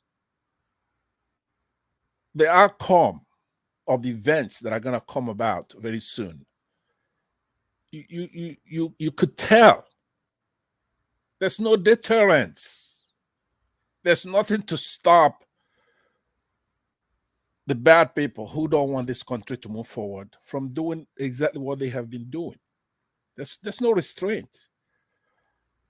There's no disincentive that's going to say, okay, hey, like this guy's mean business this time. We cannot rig this election. Or we cannot do this, or we cannot. There's something to dissuade. It has to come from our attitude right now. If you're trying to avoid war, you're trying to avoid disintegration, we have to show these people that those who are in the obedient movement, first of all, it's not P2B. P2B is good. That year made great. We got two great candidates, right? That's for sure. Nobody should be debating that. We have two great candidates. Unfortunately for them, there's no opposition. Atiku and Tinubu, these are not serious people. If, in fact, what Nigerians have been saying for over a year now is that they want a fresh start. They want a good country. They want to take the country back. They don't want to be fullanized, or they don't want killers, terrorists overwhelm the country. They don't want corruption. They want a good government. So they go there.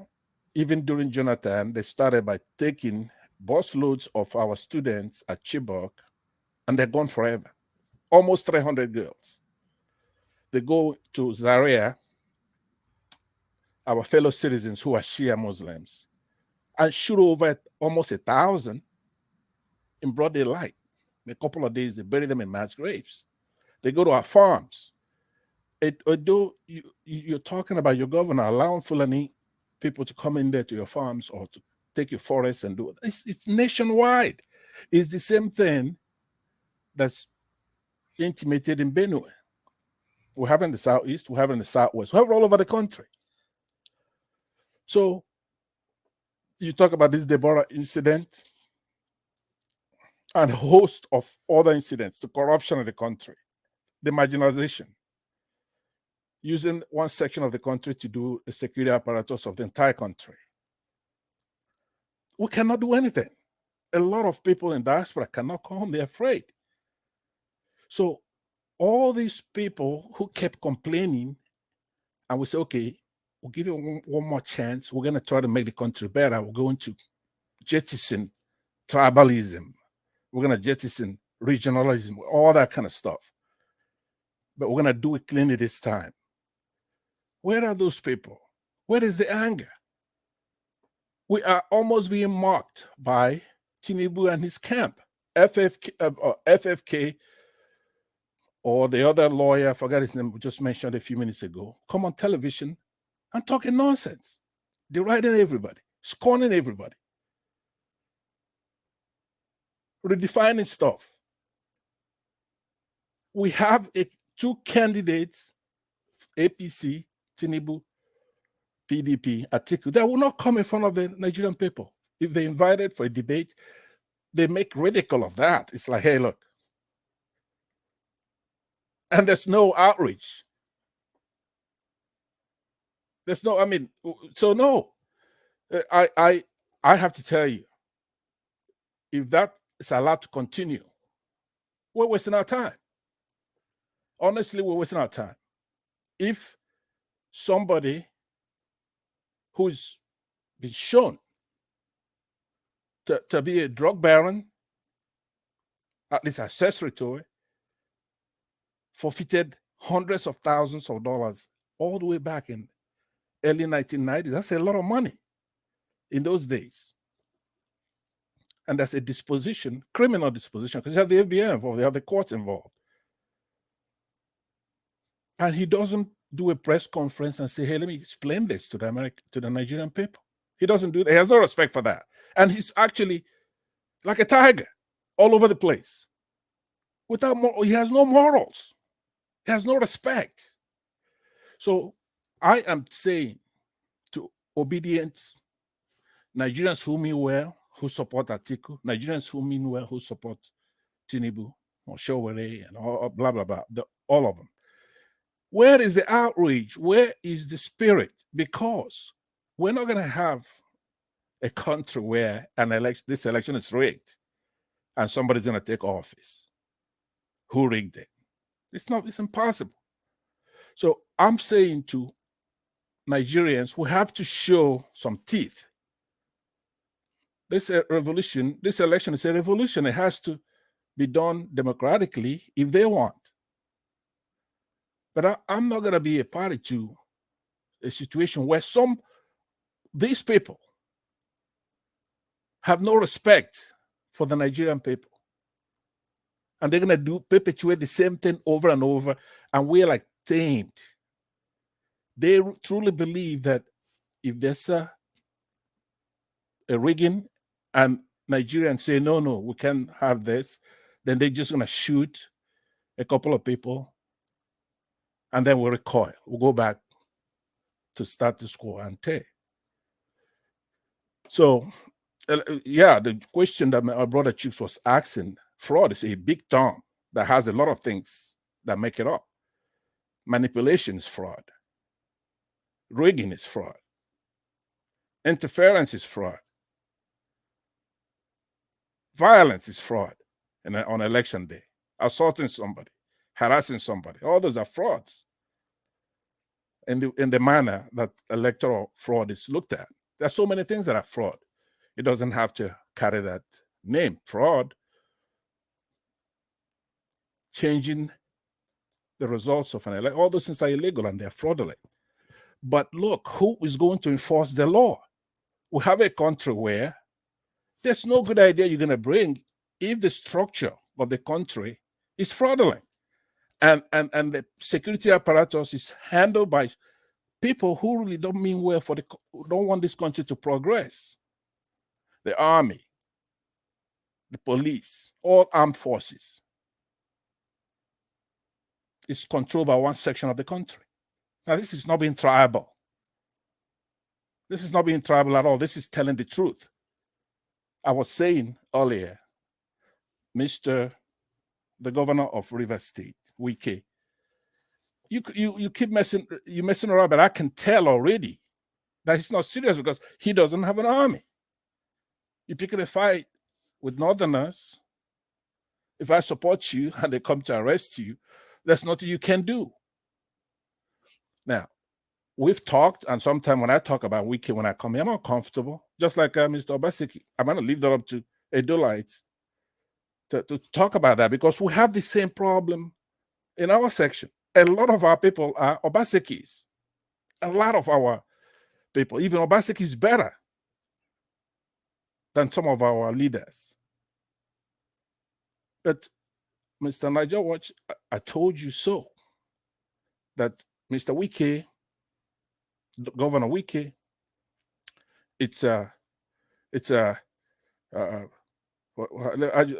I want to be polite about it. He's looking out, he's self-interested. He's looking out for himself. Because he's talking, after all that hubris, all that noise he made, he has no shame to say, hey, look, we're open for negotiations. First of all, what is he looking for? Let me tell you 100% of what he's looking for. He wants Ayo, or whatever his name is, chairman in the PDP, to be removed and a southerner put in there. That's what he wants. So even if they cut a deal with him and give him everything he wants, they'll give him chairman of PDP, maybe give it to the governor in the Southwest, and then he's going to work hard for Atiku. Is that somebody a reliable person? No. He is no good. Look at Soludo. I watched that interview very carefully, the one that's making the rounds. What a disgusting person. What a disgusting corporate. It's good to be an economist. I don't think it's a greatest virtue. I don't even think it's a science. Because they're guessing most of the time. They're wrong 90% of the times. Look at anybody who sees this team Obidati. But more than that, they see who and what's behind this. And they're swarming around like worms. We have to get in gear. Let me conclude by let me be blunt about what I want. We have to approach this season and this election with both carrot and sticks, sword and shield. They are not going to impose anything on us. They have to obey the law. They're the ones who have to be non-violent. But if they don't, we should get them this time. That's the way we have to deal with this issue. Or I'm out. That begins now. They have to obey the law. They have to be non-violent. They cannot be fraudulent. They have to let people use public places if they want to campaign. And if we read that anybody is doing something contrary to those laws, we should get them now, not on election day. Period. Obaseki, Soludo, Ibeazo, Wike, I don't want you to support me if you're going to do something wrong to somebody else, including Atiku or Tinubu. I don't want you to bring in bacon that you stole from somewhere. Don't bring home some meat for me that you stole from somewhere or that you got illegally. I don't want you on my side if you're not true, if you're not honest, if you're not a patriotic Nigerian. Get the hell out of here.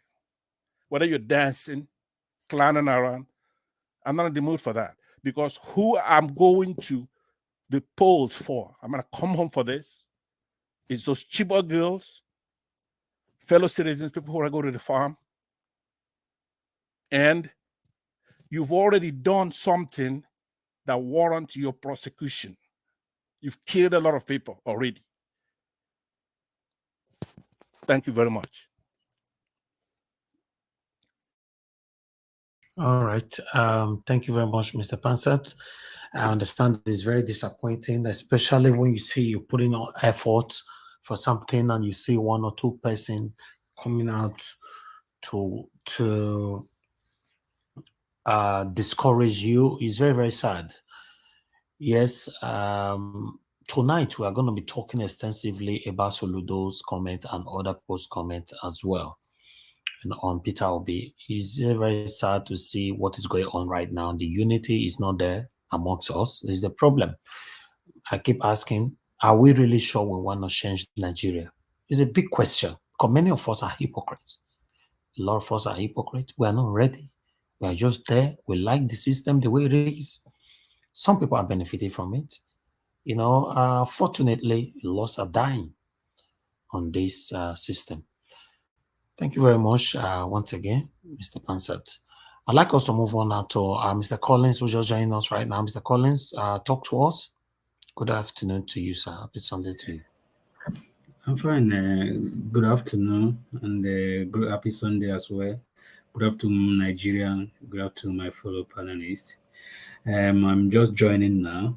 I can see the issue we are discussing about the people that was talking about P2B. You know, like the last caller, Mr. Passer said here, I am a very one of the people that are agitating that I don't want to weaken when it comes to this movement. You understand? Because Wike himself is also a hypocrite, because if you are calling for injustice, you are calling for equity. I think Wike violated that law when he come out to run as a president, because he knows if he's talking about injustice, talking about equity, Wike knows the actual people that are supposed to be in that ticket. At the beginning, Wike was the first person that started criticizing P2B because he wants for his own benefit. He wants people to be talking about him. He wants to make everything Wike. So, but you know, God works in a different way. That is why he's not human being, he's God.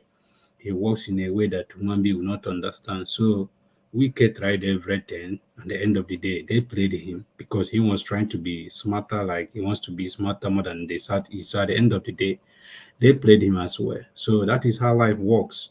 When you think you know what you are doing, others also will play you. So for me, people like Wike, like I said here in this platform, that Wike is trying to make himself relevant. All these things you see them keep doing, he's just trying to be relevant because for me, he's a lost person. So he's a lost person trying to be relevant because at the end of the day, I don't have any grudges with Atiku because if people like Wike stepped down during that campaign election, said, I am not running for president because this is the time for the South, I'm talking about Southeast. Imagine when Wike was moving for that train. Trust me, every other person will queue on that train.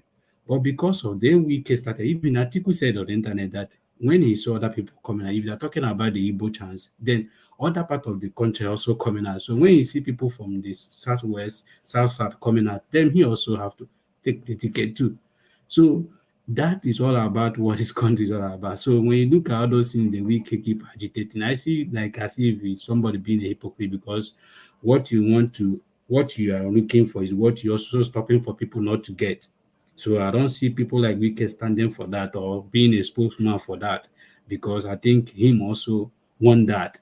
So the same thing you want is what others want. So I don't think Wike is a better person to begin to tell Nigeria or begin to tell the Northern and say we need injustice, we need justice, we need equity. I don't think Wike is that kind of person to preach that message. And two, when it comes to Soludo, I think a lot of people have addressed that issue. Even Rufai, I think Rufai answered that question more than any other person can ask for. Because even Soludo, one thing about this Nigeria, this day and age, everything you do, people will click you and save it. Because at a time will come, they will present it for you. Even this P2B movement, people are documenting it. People are keeping every details of it, saving it. A time will come, they will unleash it out. Say, Peter, this is what you said on a so day like this, and a day like this, on a ground like this, you said this thing. And they will prove it to you.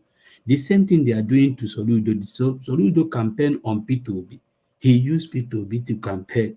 Even when he was talking to Anambra people, he was basing on P2B achievement in Anambra. That is what Soludo campaign on. So that shows you how ignorant people can be and how hypocrite somebody can be. Because the same Soludo who is now coming out and be speaking or saying something because it's jealousy. Because most of people they want to be the people that maybe Nigeria will be cheering for. But at the end of the day, God works in a different way. Even when Jesus Christ come out, nobody believed that he's going to come out from Nazareth. A lot of people that are hoping that he's going to come from their own lineage or something different. But at the end of the day, he come from a family that nobody was even thinking about. When they were hearing that Messiah is going to come, they thought the Messiah is going to come from maybe from one of the deep rabbi they used to hear before. But Messiah come from a family that nobody believed. So the same thing, what is happening, all this agony, all this jealousy you see people now generating because they thought they are supposed to be the one. Even the same thing when you see Showore think that this movement is supposed to be me, but it's not coming from them. So you now see different anger coming from different people. I saw what Soludo, I saw it as an anger. That is jealousy, you understand? Because I remember during the war, during the Biafran days, what caused Ojukwu and Zeke was because Zeke was thinking that I am supposed to be the person. But at the end of the day, people follow Ojukwu. So that caused him anger. So that is the same thing that happened with the Soludo now. For me, Rufai answered that question very well, and people now are beginning to present everything that Soludo campaigned on. He campaigned with the achievement of P2B. He told the Anambra people, if my principal, my predecessor can do the same in the name of P2B, I will do the same thing that P2B. He run under P2B, and he won the election.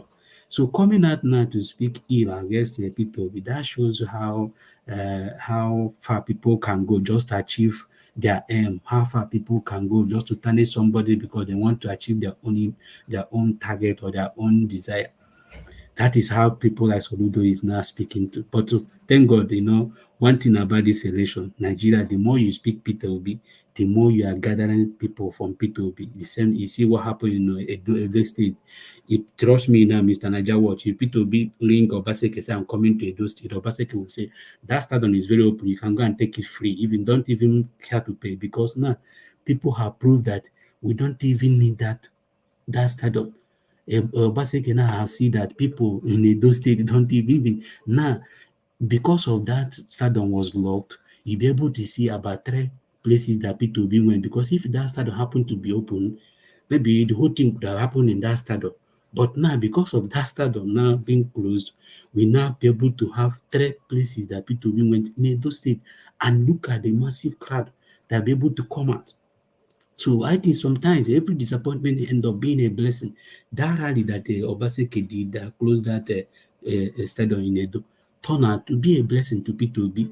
Now mobilize a lot of people. People come out, even people close their shop. Nobody even declared public holidays in Edo, but people issued themselves a public holidays just to support P2B, to prove to Obaseki that this thing is not like election 2015, it's not election 2019, it's not election like 2007. This is a different election, and Nigeria have waking up now, because now people are taking note. People are taking note everything you say.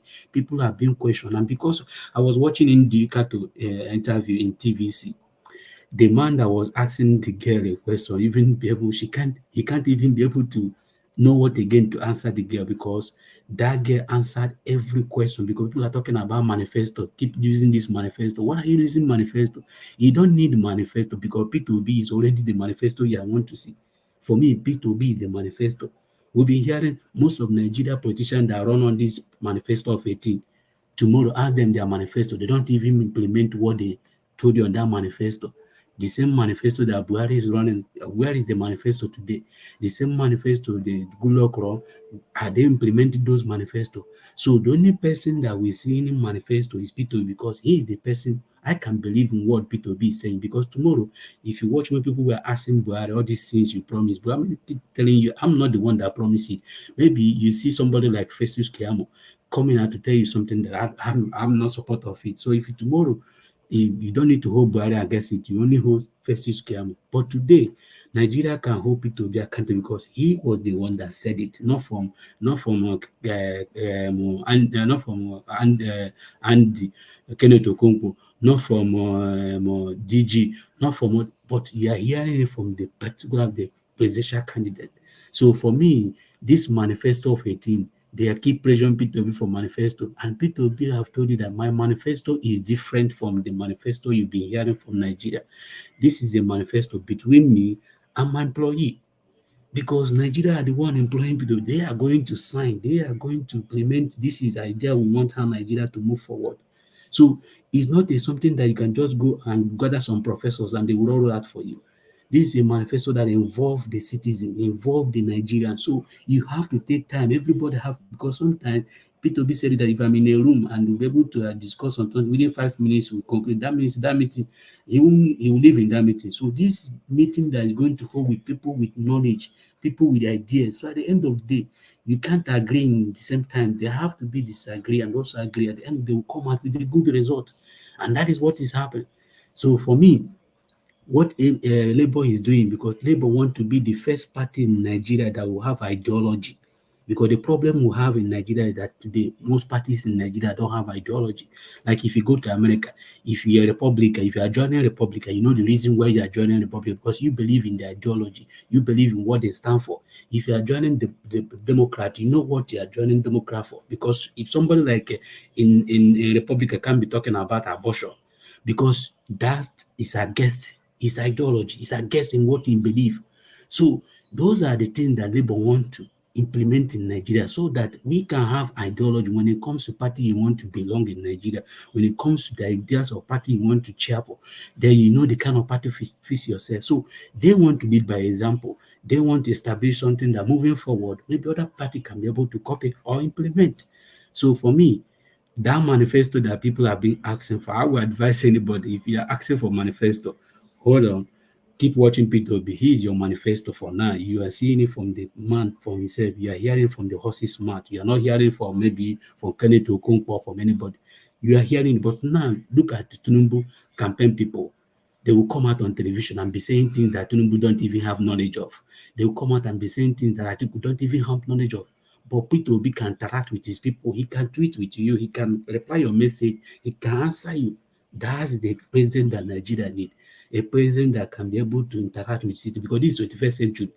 If I'm dealing with a president who don't know what Twitter is talking about, who don't know what Instagram is talking about, most things that most Trump population, he used to interact with them on social media. So that is how you be able to interact with people these days. So we can't be moving all this old ideology into this new system. We don't need those kind of people. And I'm happy yesterday when I saw the news that INEC is going to take the issue concerning the APC presidential candidate Tinubu. I would like that would be a very serious. The INEC have to make something that Nigeria will believe that INEC is working, because they have to take that matter very serious. That is a very big matter. So they have to dig deep about it. If he's going to cause for Tinubu to step down, that would be a statement, because he deserves to step down. Even by now, INEC is supposed to release a statement that from now, Tinubu should step down for the moment. Now, after the investigation, if they now find maybe he's not guilty, he can continue. But for now, I think the first thing they're supposed to do is to at least let him suspend him for now. Before, after the investigation, maybe he can carry on. But in the system Nigeria that sometimes laws don't have values in Nigeria. Our judiciary don't have values in Nigeria. So the whole thing that happened this week, I think this week is a for Labour Party, because now, trust me, APC is accusing PDP for going out to linking out this information about Tinubu, and trust me, APC is going to do the same thing to Atiku, because for long Atiku haven't been in USA, so they know for him to be in USA, maybe he have a problem there to settle.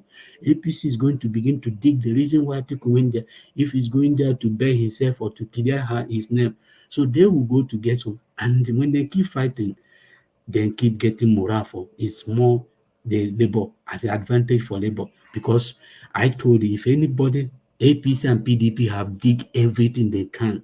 They have went everywhere to find anything data about Peter Obi, but they can't prove anything. Now, the only way they can now begin to talk about Peter Obi is by shedding him, maybe trying to get some people to start, demoralizing the achievement of Peter Obi, or to speak down about Peter Obi. And I'm happy that the Labour Party chairman have issued a statement concerning what Shetima said. And Shetima have to come out and apologize for that, because I think he have violated the Electoral Act when it comes to peace accord. Shetima have violated that, so he have to hold responsible for that. And then people have to call him into attention for him, because he is the vice president, so he can't be coming out and be making some statement that don't even, as a vice president, those things are not supposed to watch. You're supposed to be talking about the issues that concerns Nigeria. That's the thing that you're supposed to be talking about. So for a vice president, the person who is a vice president is supposed to be ruling Nigeria, be coming out and making such statement, I think that alone disqualifies Systema. That alone showcases the kind of people he is.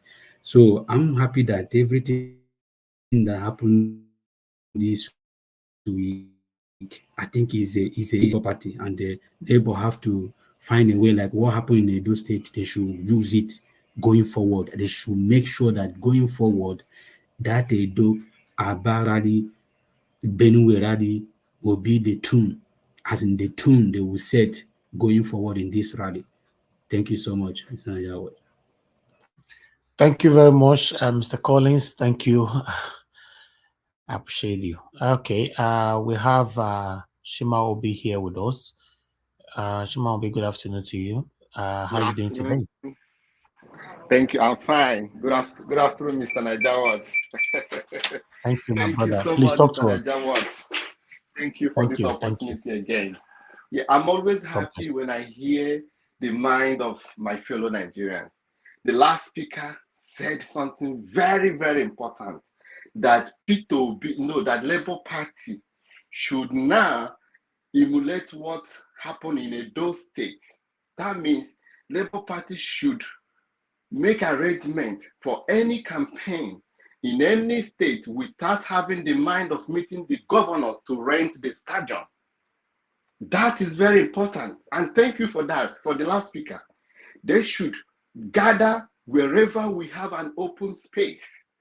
Now, the stadium is no longer available. the stadium is no longer viable for a common Nigerians, because that is where they are. That is the only thing left for the political parties, APC and PDP, that control some of the states in Nigeria. That is the only thing left for them, to make sure they deny Labour Party a venue. And to God be the glory. Where there is no hope, God make a way. Remember, God divided the Red Sea and the Israelite was able to pass through. So God make a way in Edo State. And the Larry, the campaign, still hold on. So Labour Party should use that in any other campaign from now on, so that those governors in all those states will know that without them, Nigerians will still support the good leaders. And thank God that we have Labour Party and we have people be under the umbrella of Labour Party today. Because without this party, what are we going to be talking about today? What will be the fate of a Nigerian today? Honestly, I really thank God that this man took that decisive decision. As you did, Mr. Niger Watch, you left your family that are core PDP family, and you decided to fight against injustice. That is what that man did.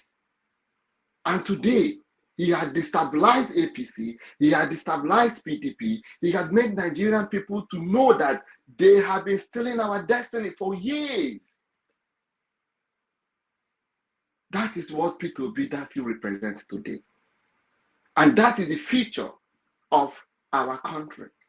All these things we are seeing today is just jealousy, completely jealousy. I will encourage anybody, all Nigerians, go back and watch Soludo campaign. Go back and watch Soludo debate about P2B. When you watch him, all his statements in that debate, and go back and watch what he said against P2B a few days ago, you will see that it is clearly jealousy. Maybe Soludo has collected grand envelope from PDP or APC. That is why he came out and started saying things that doesn't exist, things that he know that he's sitting upon. And look at what happened. The Anambra people, the people that doesn't like what he said, they have started attacking him right now. His village was invaded, but military intervened. How can you blackmail a man who you cannot be able to remove his shoe? A man who gave you an opportunity for you to be a governor. A man who put things in order for you to have an avenue to run for governorship in Anambra State. A man who has proved the Nigerian people wrong. A man who has made sure that the law and order work. Remember the democracy we are living, the government of the people, for the people, and by the people. And today, APC and PDP are creating a war in Nigeria.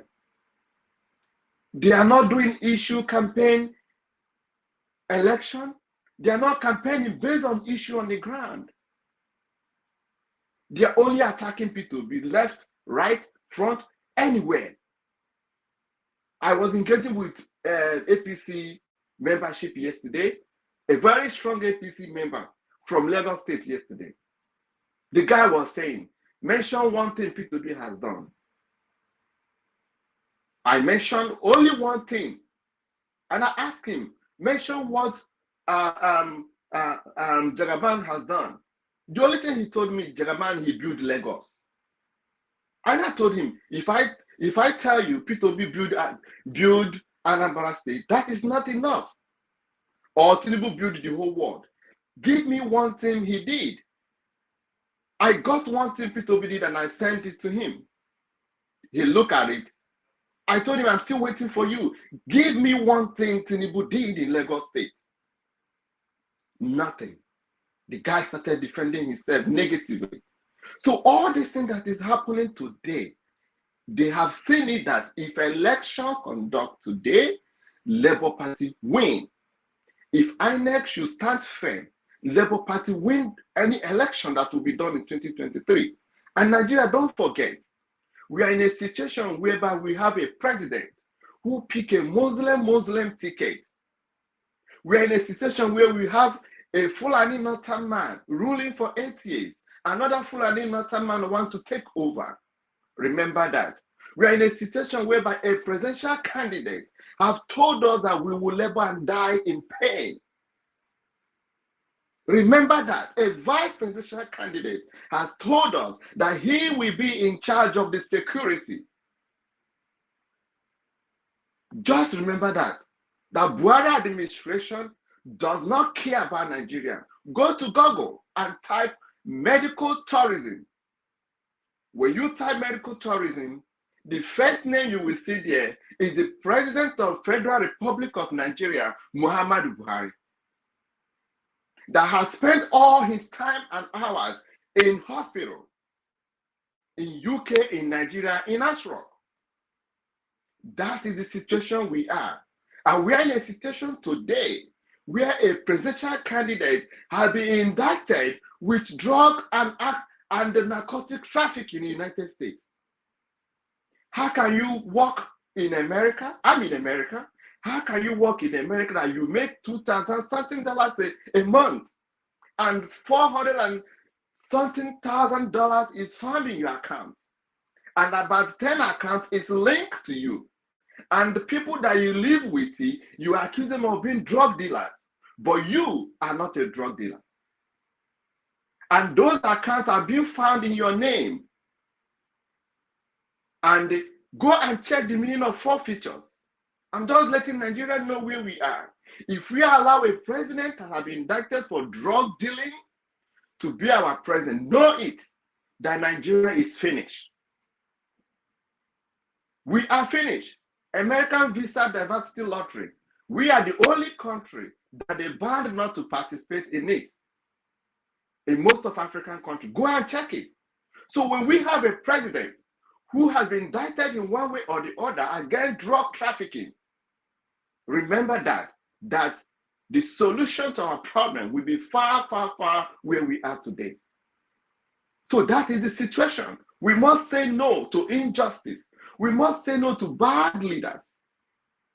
Mr. Tinubu, I'm not saying against you, I'm not fighting against you, but we are fighting for our future. We are fighting for the futures of our children. We are fighting for us to come back and invest in our land. So many houses in Nigeria that people in diaspora build and own, they don't live there. They don't go there because of insecurity. That is what we are trying to protect. From 2023, we are in a situation whereby this Mr. Tinubu we are talking about today is not healthy. It is not. All what he do, when you look at him physically, you will see many signs and symptoms of dementia, many signs and symptoms of Parkinson, many signs and symptoms of so many disease and autoimmune disease coming out as a result of old age. We have to state the fact. That is why they don't want him to engage in debate. They don't want him to engage in town hall meeting, because this man cannot stand up for 15-30 minutes and speak without the world saying who he is. That is what they are trying to avoid. Anybody defending Tinubu know in their heart, if not because of the money they have been given, they cannot stand and defend lies. That is the truth. Tinubu should go and rest and take care of his old age and take care of himself, and let his grandchildren nurture him before he departs this world. He doesn't fit anymore. The energy is not there for him to carry out the affairs of a country like Nigeria. That is where we are. Here we are today. A man that has told you, go and verify. Look at what people told Oba of Benin. If you find anything in my name, my wife name, my children name, my family member name, I will stop contesting. That is a fact. That is a fact. A man who stood up and told you, I make $1 million, giving you every information out there. Go there, you will get all of them. And Nigerians are still, because of money you have collected, you are supporting somebody who will enter office and shut the door for everybody. Let us vote wise. It's all about jealousy. How can P2B get the mind of Nigerians? And I thank Edo people for standing firm. All these P2B we are seeing today is from Edo. It's from Edo Kingdom. All this movement, all this P2B everywhere, Edo people started it. And that is why they are fighting so hard to use every means to stop every movement, but God is stronger than any forces. So thank you, Mr. Niger Watch. And Nigeria, this is where we are. Thank you, sir. Encourage your family, talk to your parents, talk to your children, talk to your friends. Whatever we can do, let us do it. Let me tell you, every year I used to buy a rice to share for people. Every year. This year, I used to buy about 50 bags of rice or 100 bags of rice, then divided it into 10 kg of bag of rice. It will be about 200 bags. But this year, guess how much I'm buying a bag of rice today? 42,000 naira. And I don't know what will be the price tomorrow. That is the price they are giving to me. I say, wow, we are really, really, really finished. So let us change it in 2023. It doesn't concern me. It doesn't concern me. It will get to everybody. Exactly. Thank you, Mr. Niger Watch. And God bless Thank you very much. And bless your Amen, crew. sir. Thank you, sir. Shimaobi, thank you very much, sir. I appreciate you. You said it all. Your last statement, concern me, not concern me. We are on it together. The pains is affecting every one of us, directly or indirectly. We must change it now. We have to change it right now. We have another broadcast by 6 p.m. today.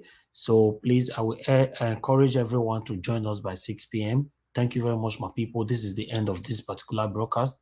6 p.m. we already scheduled it there. We have a lot of informations to pass on, especially on this Tinubu's drug situation, So please endeavor to join us, and we have affiliated informations that is going on right now that we also need to bring to your screen. I appreciate you all, Mr. Collins. Thank you very much as well. Everyone right there on the comment section, thanks for joining us, and God bless all of you now. Thank you, thank you, thank you. And I'll play this video for 1 minute, but we're rounding up from there. I'm not going to bring my voice back here. Alexander Gomez, thank you very much. The only super chat we got today. Okay, God bless you, sir. And God will bless all of you now. Those of you that have shared this broadcast, those of you that have liked, those of you that have contributed, all my panelists, all my commenters, my spectators, I want to say we are grateful. Please endeavor to join us by 6 p.m. today. Thank you, my people. God bless you all.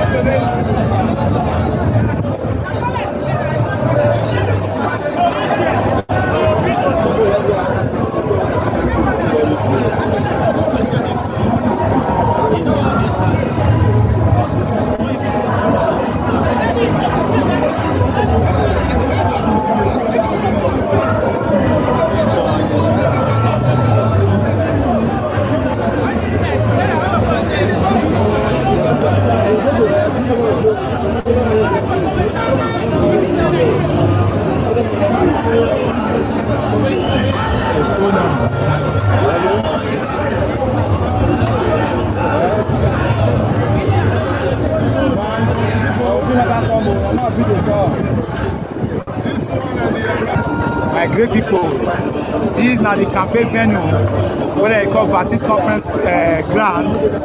The long-awaited future president of this great country, Peter Obi, he don't lead the fathers of the most revered monarch of Benin Kingdom. He don't dey close to this very place now. You see the people here, see there they waka. You see and say they never tire. Don't get more strength. And they see say their leader, where they see say go salvage their problem. He don't dey land defend.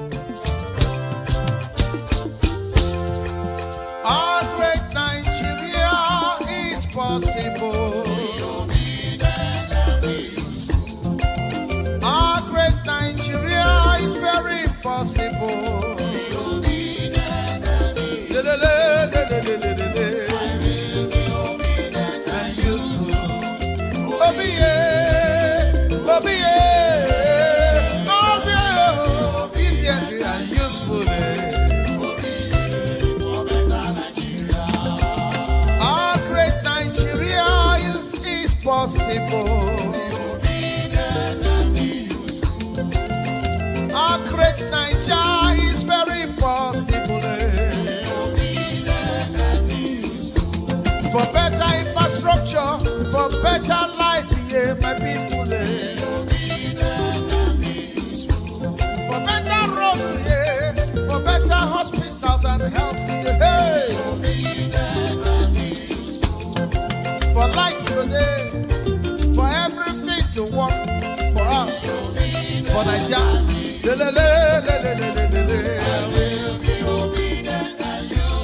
Yeah. No more hunger.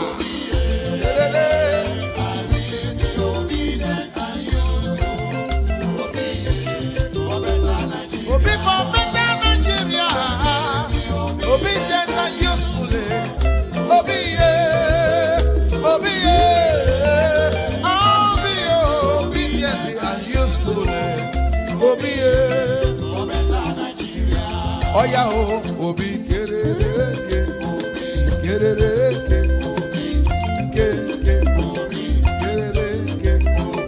Hausa man, Yoruba man, Igbo man, Middle Belt, Niger Delta.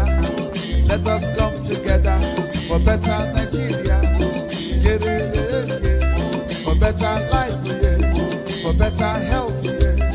For better road, yeah. Get it, from consumption to production.